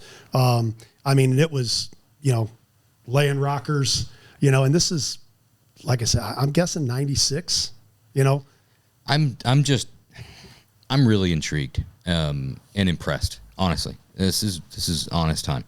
And again, not to bring up Roger or disagree with some of their thoughts and stuff. Roger's a pretty big guy. He's a big dude. He's all the way on the West Coast, though. You can't make it here that fast. It's going to be like 2 or 3 weeks before I see him, so he'll forget about it. People don't forget. I know, and especially that big head of his. I guarantee he doesn't forget. I love you, Roger. I understand a lot of what Troy and him are trying to teach some of these younger up and coming about being a better businessman and better, how to run your business, how to be profitable, and what the goals are to be successful. Great, love it, awesome. I'm impressed in just listening to this story, however long we're in, having known you for quite some time on, a professional customer, level, seeing the stuff that you build. 33 years, right? And 37 years. We hear this all the time, right? We talked a little bit about it must be nice. I think a key thing, we talked about the hard work, right? There is no there's lots of things you need to learn about business. There's lots of things you need to learn about the fundamentals that will be a fast track that you had to learn the hard way. A lot of us had to learn the hard way. That is good fundamentals to learn at the beginning side of things. There is no free ride, right? There is always a trade-off. So if you're going to make the decision to do what you love, say that be working on cars, say that be doing something else, say that be, there's going to be trade-offs, right? Mm-hmm. You can be successful. You've been in this for 30-something years, 37 years. 37 years. I know, 37 years. You've raised a family. You've stayed, you haven't changed names 15 times or chased another dream or whatever. You've been doing the same exact thing that you've been doing. You've got toys, because you just talked about toys. Oh, yeah. So you've been financially rewarded for it, right? And do the thing. Now the trade-off is you've busted your ass. That's right. You've had to work your ass off. So the trade-offs he started talking before this podcast opened. It's his knees, his back, his fingers. That's the trade-off. Some of those toys might be having to be traded in for some surgical repairs. But there is my thing is there is trade-offs. There is no, you can't do what you love. Yeah, there's a price. And work the hours that you want to work and be at home when you want to be at home and make the money that you want to make and win the awards that you want to win. That's right. You can't have it all, right? No. Like they said, the cheap, easy, fast, right? It's you only got to pick two. That's right. So I want to make a really good living doing what I love. Okay. You're going to have to bust your ass doing it, right? And sometimes you're going to have to donate. Sometimes you're going to have to do this. Sometimes you want some toys, you want your own shit. That's fine. You can have it. You're going to have to even bust your ass harder to do that. If you say, no, I want to build cars, right? But I want to have a work-life balance, and I want to be at home on the weekend, and I want to charge for everything, that's fine. You're probably not going to make as much money. You're probably not going to have the toys, and it might take you longer to get where you know what I'm saying? You can choose whatever you want to do. So I was lucky from a standpoint of being able to be with my family, and my wife works at the shop with me. My son and my daughter both work at the shop. I taught them both how to weld, how to do body work, how to paint. I mean, so for me, my time spent, was with them at the shop. Right. I mean, I got tons of pictures and videos of them, this big, holding tools. Funny story. So I built a Trailblazer for GM that went to SEMA, 2000, I think it was, maybe 2001. When my son turned 16 years old, that was his daily driver as a high school kid. That's cool. But I have pictures of him, holding a wrench in a socket, sitting next to me while I'm working on that car. Yeah. And so, again, it goes back to, you make it work. Yeah. That was my way. Just bring them to the shop. Yep. I mean, they can be there with me, while I'm working on something, and make the most of what you have to. That's just what you've got to do. And I think so many people, going back to, what we were talking about, I love what I do. I tell people all the time, I'm very fortunate to get paid to play with cars. I mean, I was that little kid, be a dream job, driving my Hot Wheels, nice. Through the dirt road in the grass that I made, Yeah. I mean, I remember that, and then growing up watching Dukes of Hazzard and Smokey and the Bandit, and now we're building Trans Ams like they're going out of style. Yeah. I mean, we got a '69 Trans Am we're bringing. I don't know if you've seen it or not, that we're bringing to Columbus. Nice. To go for Street Machine of the Year. A great little segue. We got to talk about Columbus anyway. It's right around the corner. Yeah. Oh, I know, right? I love Columbus. It's my favorite show of the year, but I also hate it because it sneaks up on you. There are two shows that you can never quite plan for. It is Columbus and SEMA. And they sneak up on you every year. And you know when they are. You know when they are, but there's always, either you've planned a car for it, or there's shorter. Or there's that last minute Hail Mary of like, well, we could get it done. I think we could get this thing done. Yeah. And it'd be cool to debut it at Columbus. Famous last words. Well, we got Good Guys is our standard question sponsor. And we do have, first, before Columbus, you've got Des Moines. Yep. Heartland Nationals coming up. Too, That's July 3rd through 5th. Great cruising, great events. They got some all kinds of crazy stuff. 4th of July, fireworks festival. 5,000 cars, hot rods, muscle cars. Then right after that, the 28th Summit Racing Nationals at Ohio Expo Center. That's Columbus. That's July 10th through 12th. That's where you do Street Rod of the Year, and they do Street Machine of the Year. Lots of really cool stuff. Cool shows coming up. That's where our guys will be out at Des Moines and Columbus, and we will be out there at Columbus. You got Dutch Boys and us doing the Builder's Choice picks. You're debuting a car there for Street Machine of the Year. We're bringing a 54 Chevy Bel Air that obviously has Roadster Shop chassis, and a 69 Trans Am that also has a fast track underneath of it. Hell yeah. It's awesome. Well, we got our little Good Guys plug in there. We'll do some more in a minute. But I want to get back. I honestly, truly want you to understand how much respect I have gained just in this last hour. Like, you're the journeyman. You're the grinder of this industry. You're the one that you've made a living, raised a family, won a shit ton of awards, and done it for 30 plus years, and just by hard work and talent. That's it. There's no secret. Like, No, that's the secret. And it wasn't like, well, you won this award, and then that means all of a sudden you're propelled into greatness, and everybody. Look, dude, the thing you can't forget. There's always the element of talent, right? You can't overlook that. Hard work's great, man. I mean, you've busted your ass. There's no question about it. But there's a lot of people work pretty hard, and just didn't quite have it, And it's appreciate that. The talent it's important. Yeah. Well, I think vision. Talent, vision. I mean, the way you see graphics, like that's something for me that's like a handicap of mine. I cannot see graphics. Like there's short of like an SS stripe. I can't look at a car and see like how, like I look at. Hey, I think it needs this. Yeah, I mean, I just can't. I look at boats. I'm into boats, and I look at like the MTI stuff, and you look at the crazy ass graphics that those guys do, and you're like, how in the world did you think to occupy that real estate with psychedelics? That? Psychedelics. It must be, but your eye just. I read an article one grabs it, time. like- This always stuck with me, that they say that people dream. Some dream in color, some dream in black and white, and the people that are the most, I guess, outgoing and the most visual dream in color, and other people dream in black and white. Now, I don't know if that's true or not, but I read an article. I've got some on other topics of dreams that I'd like to run by you to see if you could tell me what that says about me. I mean, I know. I'm sure I saw flesh color at some point. It's I don't know. I mean, I have vivid dreams. I don't know. I've never paid attention. But it's something to think about. Because obviously, my dreams are all fully colored. And a lot of that is because I deal with color a lot. Yeah. I could see your dreams being like the Wizard of Oz when it turns to color. It's like, holy shit, look at that. Ta-da! Yeah.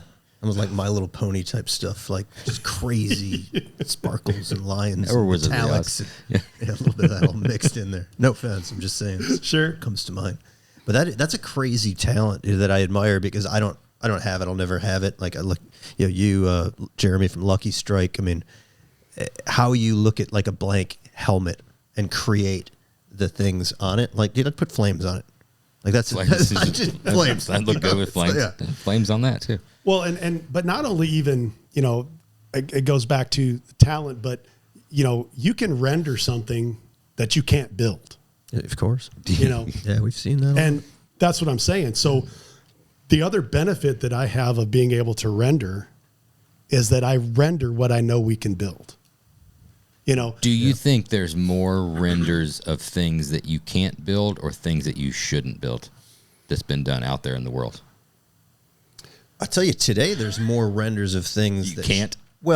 that should be built. Like that, the AI stuff is crazy. I mean, I can't tell you how many accounts I follow on Instagram that some stuff you're just like, dude, I mean, a fucking 4th gen Camaro. I never liked a 4th gen Camaro. Yeah. But holy shit, is that badass? Yeah. Yeah, but a 24-hour race version of a 4th gen. Stuff that's getting so wild. I mean, I don't want to. So the AI stuff to me is the way my brain has worked for years. Yeah. It is because, now people that haven't thought the way I think can talk to the AI and have the AI create it. Sure. My mind has always been that way. So it's kind of funny for me to see that stuff because I've been doing renderings and building cars and doing body drops, wide bodies, graphics, muscle cars, all this stuff. And now I see all this AI stuff popping up from other people, more so just letting the AI do what it does. Yep. Where in my mind, I always have thought that way. Yeah. It's kind of weird. It's kind of different for me. Yeah. In that perspective. That's a very cool talent to have. Like, I mean, man, I wish I had that skill because I've typically been able to do it physically, but seeing the whole thing can be tough. Before you do it? Yeah. I let things evolve as they happen. That's like I'll look at something and just make it cool as it's. You got to work in the moment. Sure. It's hard to sort of see the whole thing through to the finish line. Right. I can't look at a car and know what interior's going in it and how that dash should look on day one. Right. It's like you got to live with it a little Well, bit. and very seldom do we have the whole thing, but you do have to have a fairly big chunk of it, especially, again, going back to getting into these bigger, higher end builds like yourselves. And I mean, I know you guys have render guys and stuff like that as well. You know, the customer can't see what you see, you know, so the renderings have become a huge stepping stone, you know, for me to be able to show my customer. Yeah, 'cause some people just can't have that visual conversation. The mind's eye don't see eye to eye. Well, and it's so hard to explain, you know, without a picture. It know, is. I can sit here and, you know, well, going back to the graphics thing, you know, when you try to explain to somebody what you're going to put on these graphics and how you're going to do them, what colors are going to be, they're looking like, you talk about a mud puddle of junk, you know, they're going to be like, so just do it, you know? Yeah.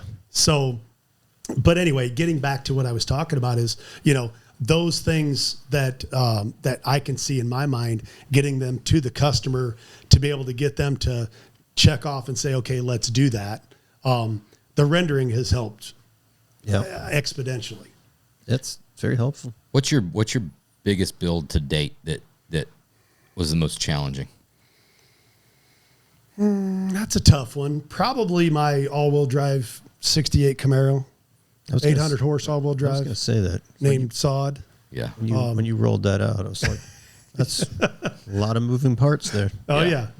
And, you know, that definitely was one of them that was just in my head. You know, I mean, you know, so much stuff's been done to a first gen. I mean, we all know that. I mean, there's been every color combination and everything you can think of to a first gen Camaro. And so I, you know, obviously wanted to do something that I'd never seen.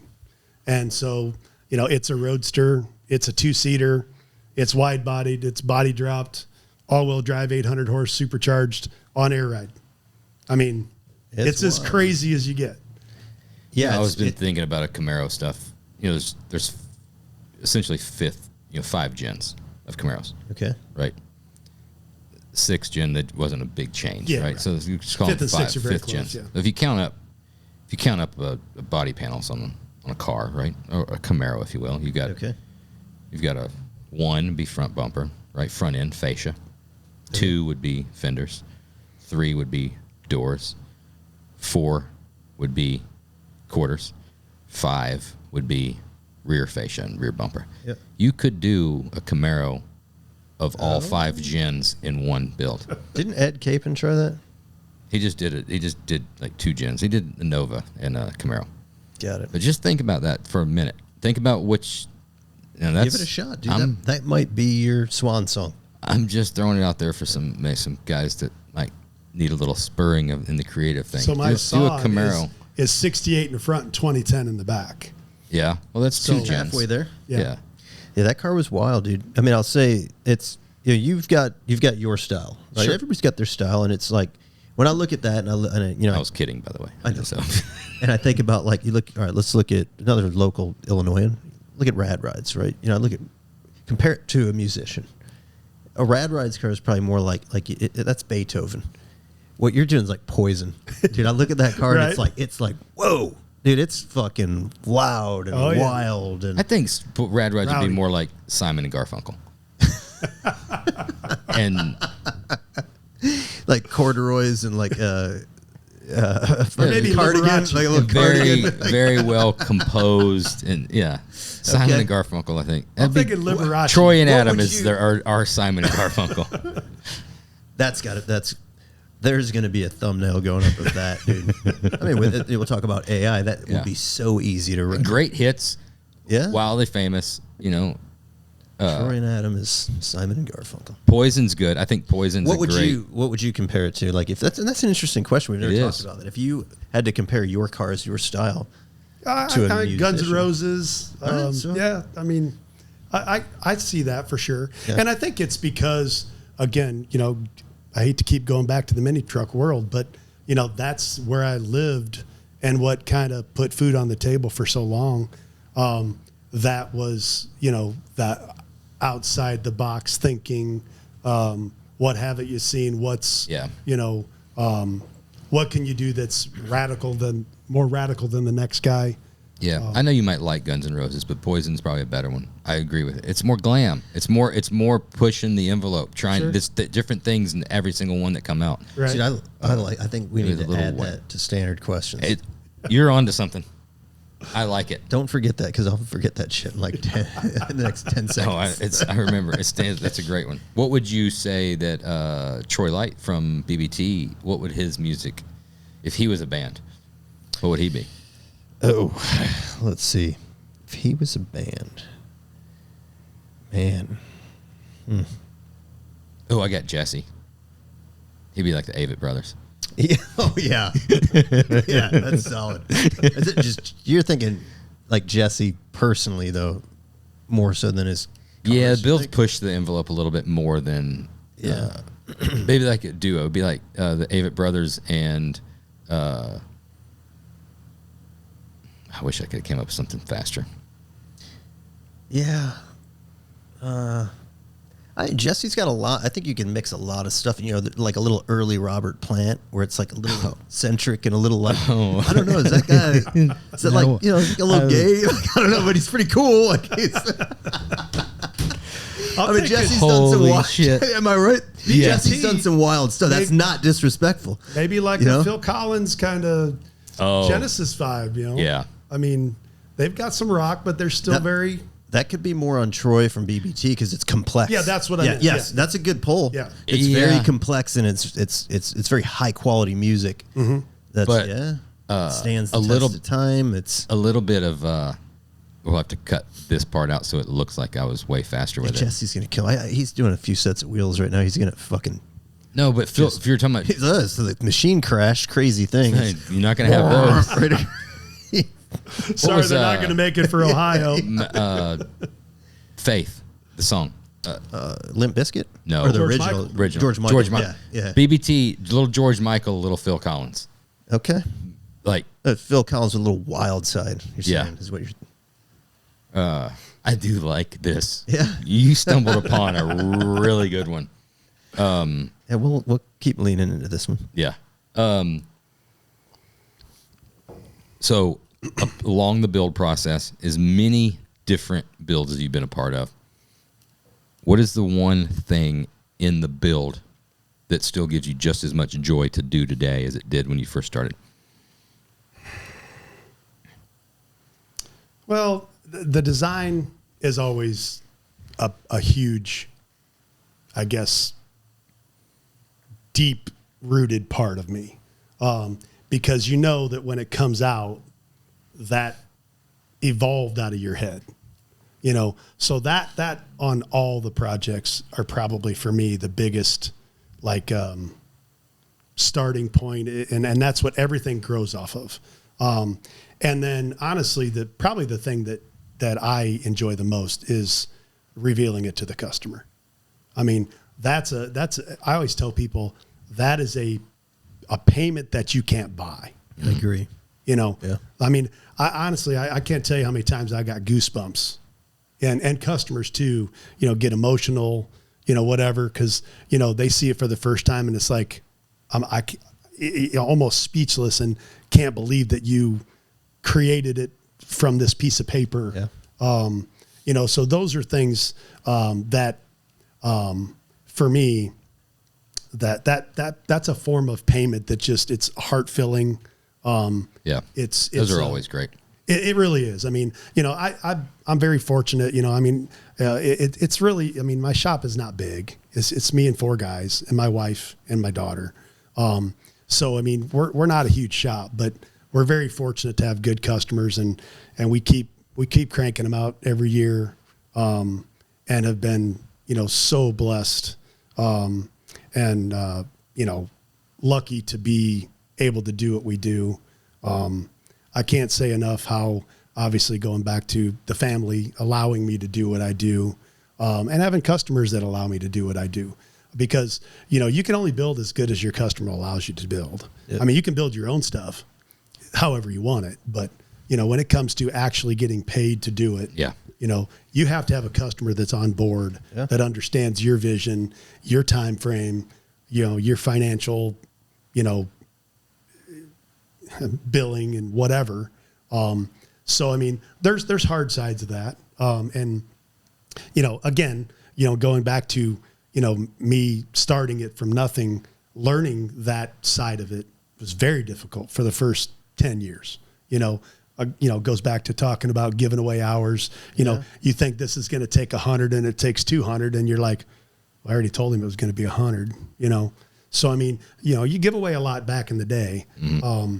But going back to the enjoyment side of it has got to be, just the enjoyment of the handover of the keys to, I'm with you on that one. That's, for me, it makes all the pain and suffering worthwhile. Because we thrive on that feedback. You thrive on it. You fight some battles. The cars will absolutely kill you. I mean, they will chew you up and fucking spit you out.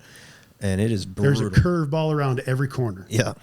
You ever see that Jackass where they're Bam's walking down the hallway and they take the giant hand and pull it back?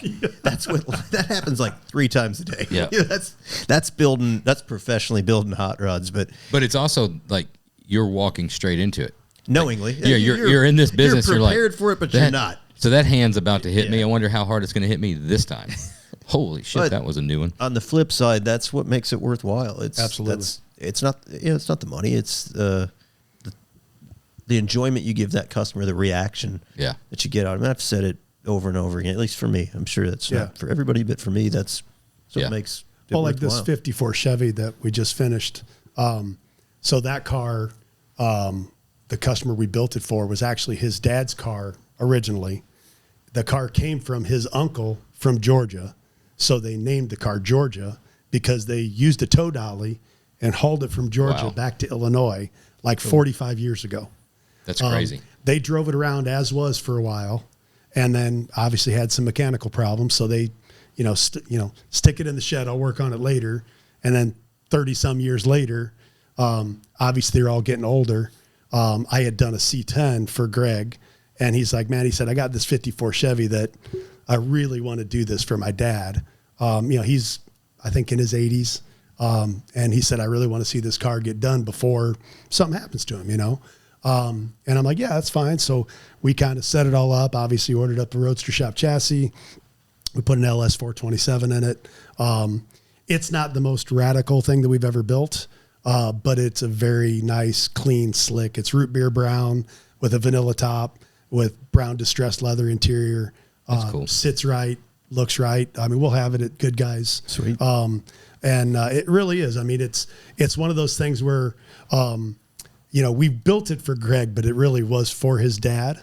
So I found a pedal car and I redid the pedal car and I gave it to his dad. Yeah. Redid the whole interior. It matches the interior of the car. Did the paint job on it. And I did that all on my dime. Didn't charge them a thing. Just because I wanted his dad to have something to take home and put in his garage. Right. That's cool. We come to standard questions time. Standard questions brought to you by Good Guys Rod and Custom. Des Moines, right around the corner, July 3rd through 5th, and then Columbus right after that, July 10th through 12th. You'll have 2 debuts out there. So come by and check them out. First up on standard questions, we'll ease into this. Oh boy. We'll get our ankles wet first before we dive off into it. This is going to hurt, isn't it? No. We change these up. We have like a core-ish group of questions, but then we mix and match them depending on how the conversation goes. It's like that. You already did the first car thing, so we'll kind of go a different route. Easy, low-hanging fruit. Favorite car movie? Smoking a Bandit. Let me retract that. Okay. Yeah, go ahead and retract that. Cannonball Run. Oh, I actually you took it to the next level. Cannonball Run is a better movie. The Porsche that was in the movie Cannonball Run. Do you really? I personally do. Damn, that's pretty cool. So Cannonball you want me Run's to explain? A great movie. Yes, please. Okay. So always wanted a Porsche. Been a Porsche guy forever. 30 years ago, always looking in the trader trying to find one that was a project car, yada, yada. So I found one in Chicago Tribune. Of course, that was before Marketplace and Craigslist. Yeah. And the guy put 75 930 needs repair. That was his ad. And I'm like, hey, that's Done. right up my I'll alley. take it. You know, so I call the guy up and he kind of explains me a little bit about it. And he's like, you know, dude, I live up here in Chicago. It's not running right now. He said, I only have 2 spots that I can park cars. I need the other spot. He's like, I really need to sell it. And I can't even remember if it was like maybe 20,000 or something like that, which is a ton of money back then for me, you know? Yeah. And I'm like, well, dude, I said, let me come at least look at it. And I had already looked at probably a dozen other ones, 930s and 911s. And I was just like, everyone that I looked at, everybody's, you know, telling you this and it ain't that. You know, I mean, you've looked at a million cars, you know. Of course. So anyway, so I get up there and he gives me the address. I pull up. It's like a freaking skyscraper. And I'm like, surely this has got to be the wrong address, you know. So I call the guy. And of course, this is before cell phones and shit, you know. Yeah. So I call the guy and he's like, no, you're at the right place. So he comes down and he's like, just drive into this underground thing. So I drive in there with my little truck and trailer. And here it is with the cover on it and everything. And I'm like, all right. So he comes over and we're looking at it and he's like telling me all about it and what's wrong with it and stuff. And he's like, oh, yeah. And by the way, this was the car from the Cannonball Run movie. And I was like, are you kidding me? And he's like, no. He said, I used to drive for Porsche Racing and they hired me to drive that car in the movie. So he said, I loved the car. So I bought it after the movie. He owned a big restaurant out in Arizona. So he kept it out there for years. His name, I still remember his name. Michael Perry Layden is his name. So he sold his restaurant in Arizona and opened one up here in Chicago. I don't know if it's still around or not. But anyway, so that's how the car came from there to here. And so, you know, we would chat about it a little bit and we come to an agreement on the number. And so I load the thing up, take it home, fix it all up. And it's black and gold in the movie, but I didn't want it black and gold. So it's chameleon. You painted it? I still have all the original stuff, but it needed paint. I mean, it was rough. I mean, it wasn't perfect by any means. But, you know, back then, you know, nothing was sacred, you know. Yeah. I mean, I would paint anything, you know, just because I wanted it my way. You painted a Chrome Illusion. So, well, it's Harlequin, PPG's Harlequin. version. All right. And so it's, you know, full, you know, color shift paint. And then I did, so if you're familiar with the Harlequins, there's like 6 different colors. So one is a 5-color shift from one way to the other, and the other side is backwards. So I did the Porsche striping on it. So this one is the purple to gold, and the other one is the gold to purple. So depending on where you stand, the car's purple in the front, gold in the front, you know, and vice versa. But anyway, so I built that car up, and then I also built a Lamborghini Countach on a Fiero chassis. Yes. Put a Bonneville supercharged 3.8 in it. So that's basically an improved Countach, like a better version of the Countach. It's amazing, man. And so that one of my business cards is my Porsche and my Countach. You're recreating the whole entire Cannonball Run. And it's pretty cool. It was just, it kind of fell in my lap. But I still own that car to this day. That's a pretty good story. It's a great story. And then I sold my Countach and built another Lamborghini called the Superleggera in 2009. They came out with a Superleggera Lamborghini concept car. So I built that car before Lamborghini did. So also out of Fiero chassis? And tube chassis, all Corvette suspension, LS4 from a Impala Super Sport. I actually moved the motor to the rear, so it's transverse mounted, but it's rear engine now. I kept the ABS brakes, traction control, heads-up display, everything from the Grand Prix that it came out of. I still own that ar as well. Do you really? I do. You drive that much? I don't. I've got a C8 wide-bodied now, so I drive that more. But anyway, so that one was out at SEMA one year, and Lamborghini did not like that very much. Let's just leave that there. I bet. So I kind of got in a little trouble on that one. I could see me daily in a Countach kitted Fiero.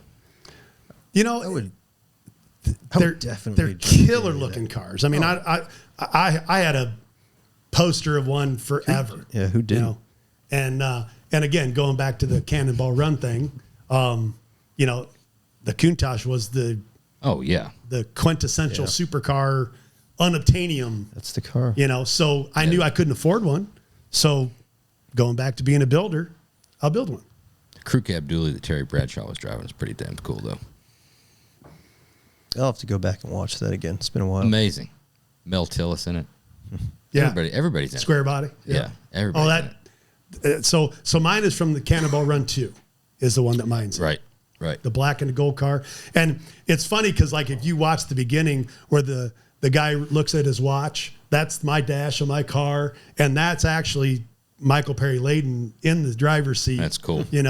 And so behind the seat, normally in the Porsche, there's like a little 2-seat deal that isn't really a seat. Mine's actually got a flip down bar with full crystal glasses in it, champagne bottle. Of course it was, does. was that in the movie? It was in the movie, Oh, yeah. shit. Yeah.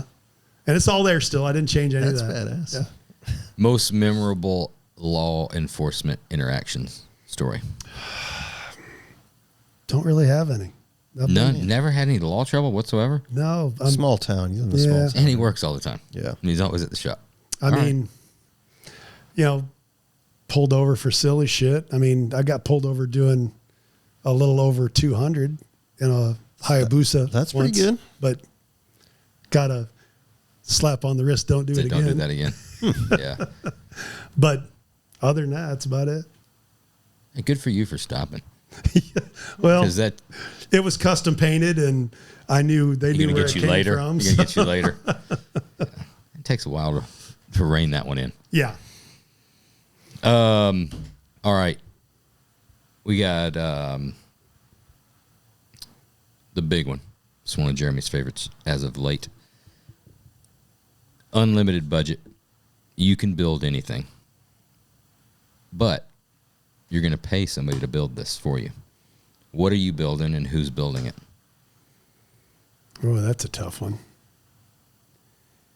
We only bring, this is like 60 minutes up in here, right? We only bring the hard hit questions. It would probably be, going back to the Lamborghini, it would probably be a modern day Countach, just because that's always been something that I thought would be neat to recreate with today's world performance and technology. And I'm a Corvette guy. I've got, I've owned every year of Corvette almost. I mean, not every year, but every generation.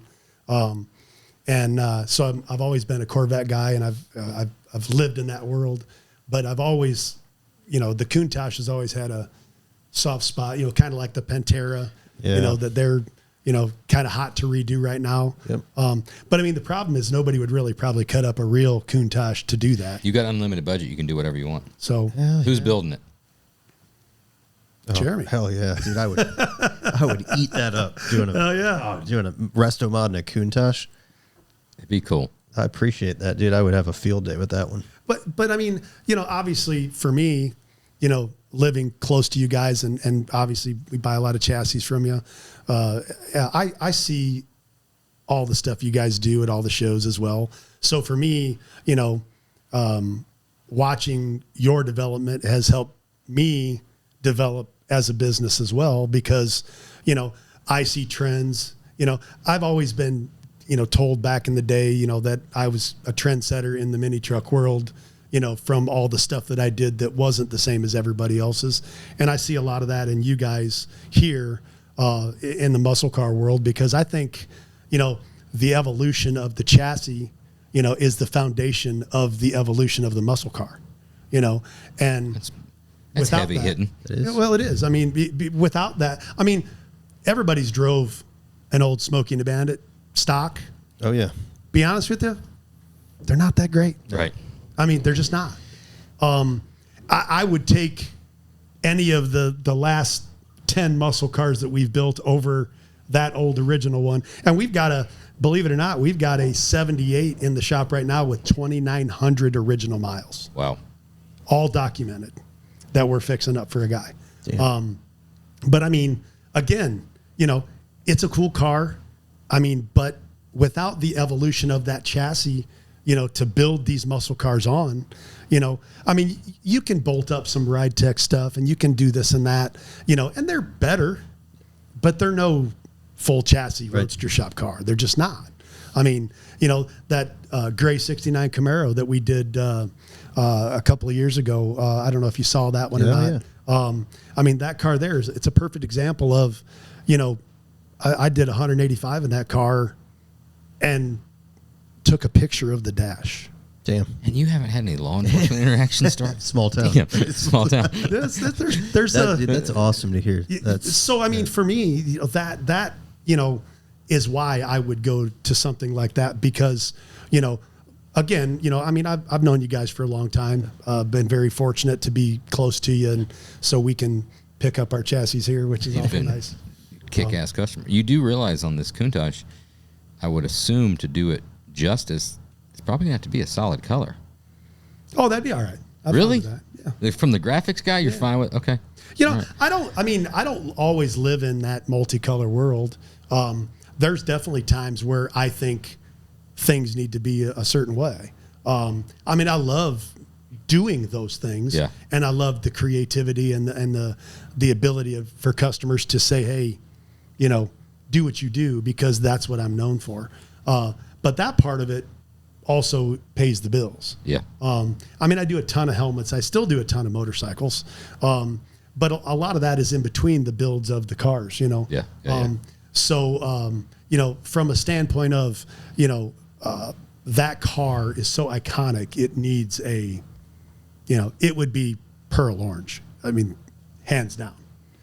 Everybody knows me well knows orange my color. Yeah. So, yeah, that's a hell of a car, man. I mean, that's the holy grail car for anybody that's like in or around our age group. Mm-hmm. I agree. It's just, if anybody is listening right now, I just want to know this is not going to happen. So you're not going to piss anybody off. But if anybody's listening right now and says, you know what, fuck it, let's build the Countach, and they called up, are they going straight to the front of the line to get started on pretty much immediately? Oh, I mean, a Countach, I would go back to working your schedule personally. That would be work till 6, and then I would pick up and start working on personally build it from 7 to 1 in the morning, and then I've been married long enough, dude. I mean, the kids are almost out of the house. Fuck all that, Fucking Countach be a hell of a build. Who needs to build that is, I think, Bobby. He's a Lambo guy. He's a Lambo guy. He's just enough with these little 400 horse LS3 4L60 cars. It's time to step it. You think he can handle that much power? I know he's got them, but he's got them all in storage. Like, you think he can handle that much power? He's a little bit of an elusive guy. I don't know what he's into. What he's into, what he drives, but I know he's got some cool shit. Let's see. Next up, we're going to. This is a Good Guys presented question. They brought some good questions too when they came on as sponsor. They put some thought into them. They did. I appreciate the effort. They get some good questions. Yeah. So you've got a coastal trip ahead of you, right? You're going to do the whole PCH in California.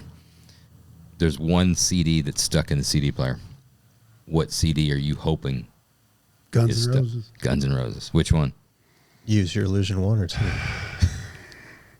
Appetite for Destruction. Appetite for Destruction. Yeah. Good.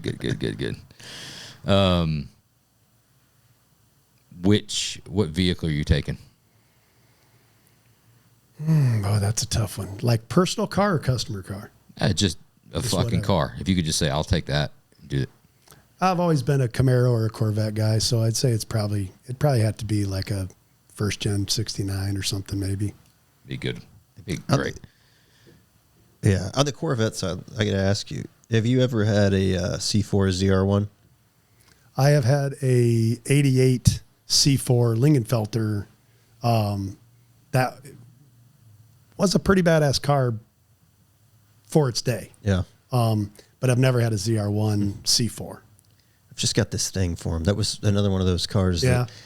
That, when I was a kid, that was like a supercar. It was borderline. It was an obtainable supercar. Like, I mean, if you saw a Countach, that was obviously right. Dude, that's over the top. But when you saw that little badge on the Corvette, there were a lot of C4s out there. But when you saw that ZR1 and you noticed, the car had a little more meat under it, and there was just something about it. That car was like a supercar. Yeah, I'm tired of hearing about it, honestly. Yeah, I came Just close. do it. Dude, I came but close. you didn't do it. No. It was the right one. Yeah, just Could a be an little, assist. it was a little overpriced. I got close. It still hasn't sold yet. Been talking with the guy, but it's he's do like it. He's like 10 grand off. 10 grand off what that car should What be. color? I think he's $5 grand off. The think he's greenish. Okay. You'd know what the color's called. Sort of a rare color. I was always Turquoise. torn between the white. Yeah, well, white's just me. I just dig white on anything 90s, but that turquoisey green is it's pretty damn cool. Just do it. Don't talk about it anymore unless you're just going to buy one, because it's obtainable. Well, that car there really, when they did the C4 was always the redheaded stepchild of the Corvette world, you know. But when they jumped to that ZR1 in the C4, man, that was like a leap. Yeah. You know, that was, you know, like all the other Corvettes, they're kind of like the base model, you know, the Grand Sport, the Z06, the ZR1. But the C4 model, man, it jumped like tremendously to that ZR1 combination.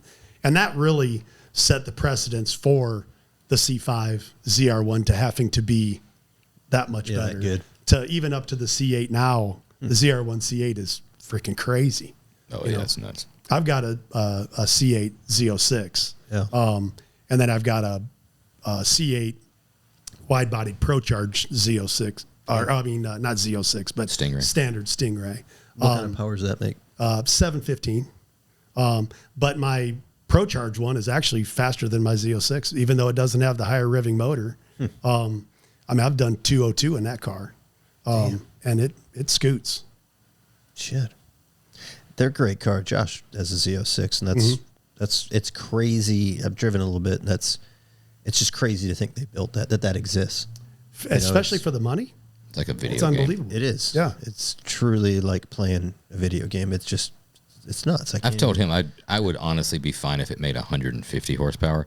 If it shifted and sounded like it does, it's just fucking fine. Well, it's you know, I tell people all the time, it might have that much horsepower, but you only use the first 300 anyway, most of the time. It's just because, I mean, you just want to run it up and down through the gears, up and down. I thought about bringing my wide body C8 to come up here, but weather's we got some and the weather rolling freaking in right potholes coming through there. Yeah. Good Lord. Yeah.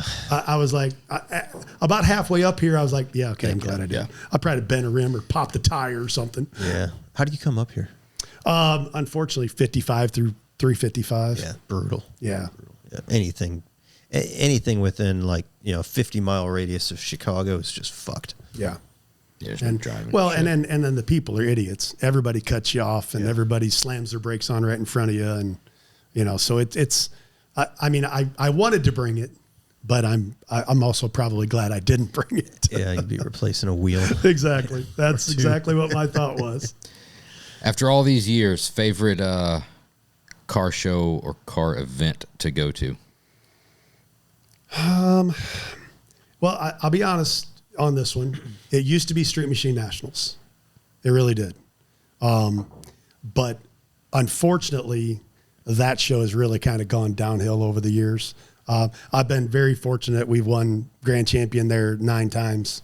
And obviously with different cars every time. So it wasn't like it was the same car. Yeah. But that one being down in Des Moines was not really in our backyard, but still 4 hours away. But I started going there at a younger age, and that grew my passion some. So because of that, that was kind of a passion-driven show. And again, a lot of pro streets down there, a lot of graphics. But since that show has gone downhill and we've started doing Good Guys and a lot of the other ones, we really enjoy the Good Guys stuff so much better now. I think they're just, they're so much more organized. The event layout is so much better. It reminds me of, honestly, the early days of Street Machines, because it was very well thought out, a lot of shade, big venue, plenty of place to park. I mean, back in the day, Street Machines, I think they brought in 6,000-7,000 cars down there, So, I mean, it was kind of the way Good Guys is now. Is Des Moines Good Guys your favorite show now? Favorite Good Guys show? Actually, Columbus is. Yeah. We've been, in the running for Street Machine of the Year 6 times. So, I mean, we like going there for that competition. Yep. Here's a prime example of why. So we went to Street Machines literally 2 weeks ago.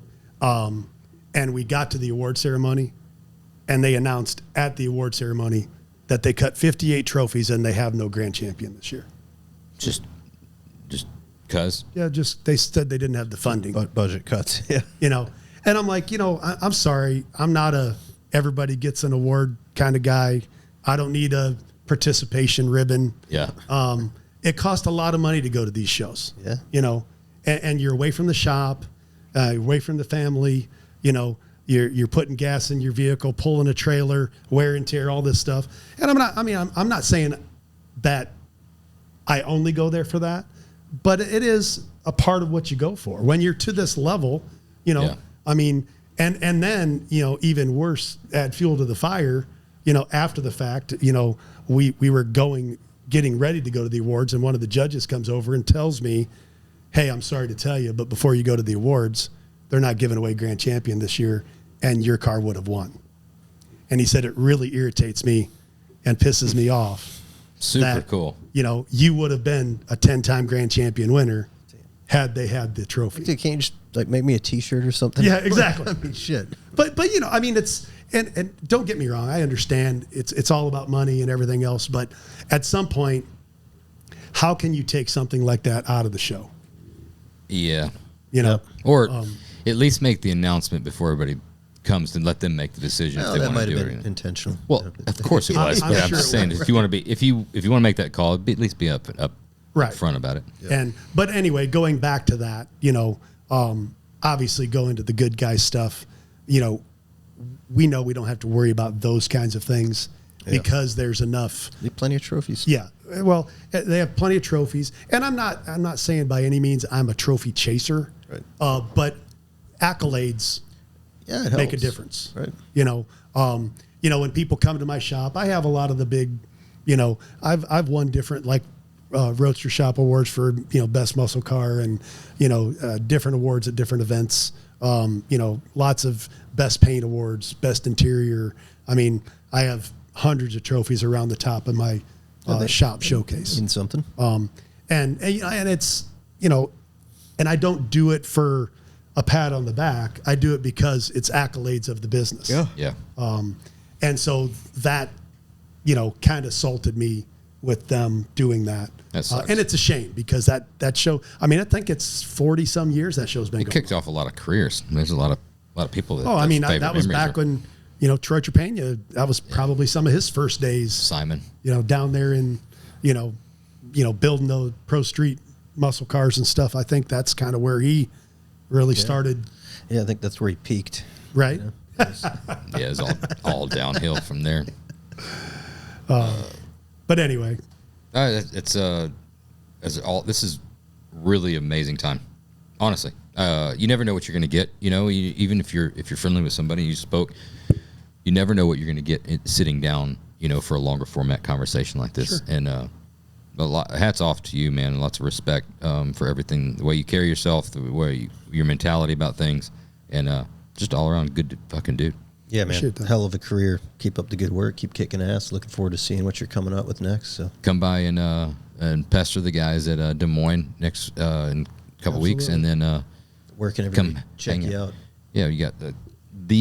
I had it pulled up so I can read it correctly.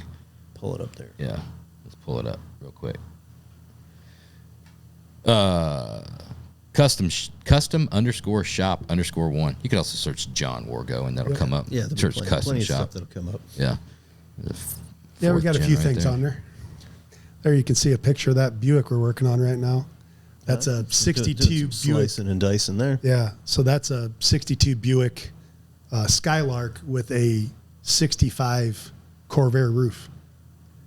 So it looks like a mini bubble top. That is cool. Those Corvairs had a beautiful roof line. They were just they're little baby cars. Yeah. Well, and you don't realize how small that car is until I get inside of it. Yeah. And I feel like Fits me great. It's like a it's go-kart. It's a normal sized car for me. It's a Nova. It's Nova size. I feel like must be what Shaquille O'Neal feels like when he gets into a car. Probably. Your butt's on the sheet metal and you're only Yeah, this far touching from it. the roof. Yeah. John, this has been great. Yeah, hell of a good time, man. Thanks Absolutely. for coming out, dude. Hey, thank you for having me. Great Appreciate it. fucking time. We'll see you in Columbus here in a week or so, and we'll hang out. Absolutely. Right on, dude. We'll see you again next week.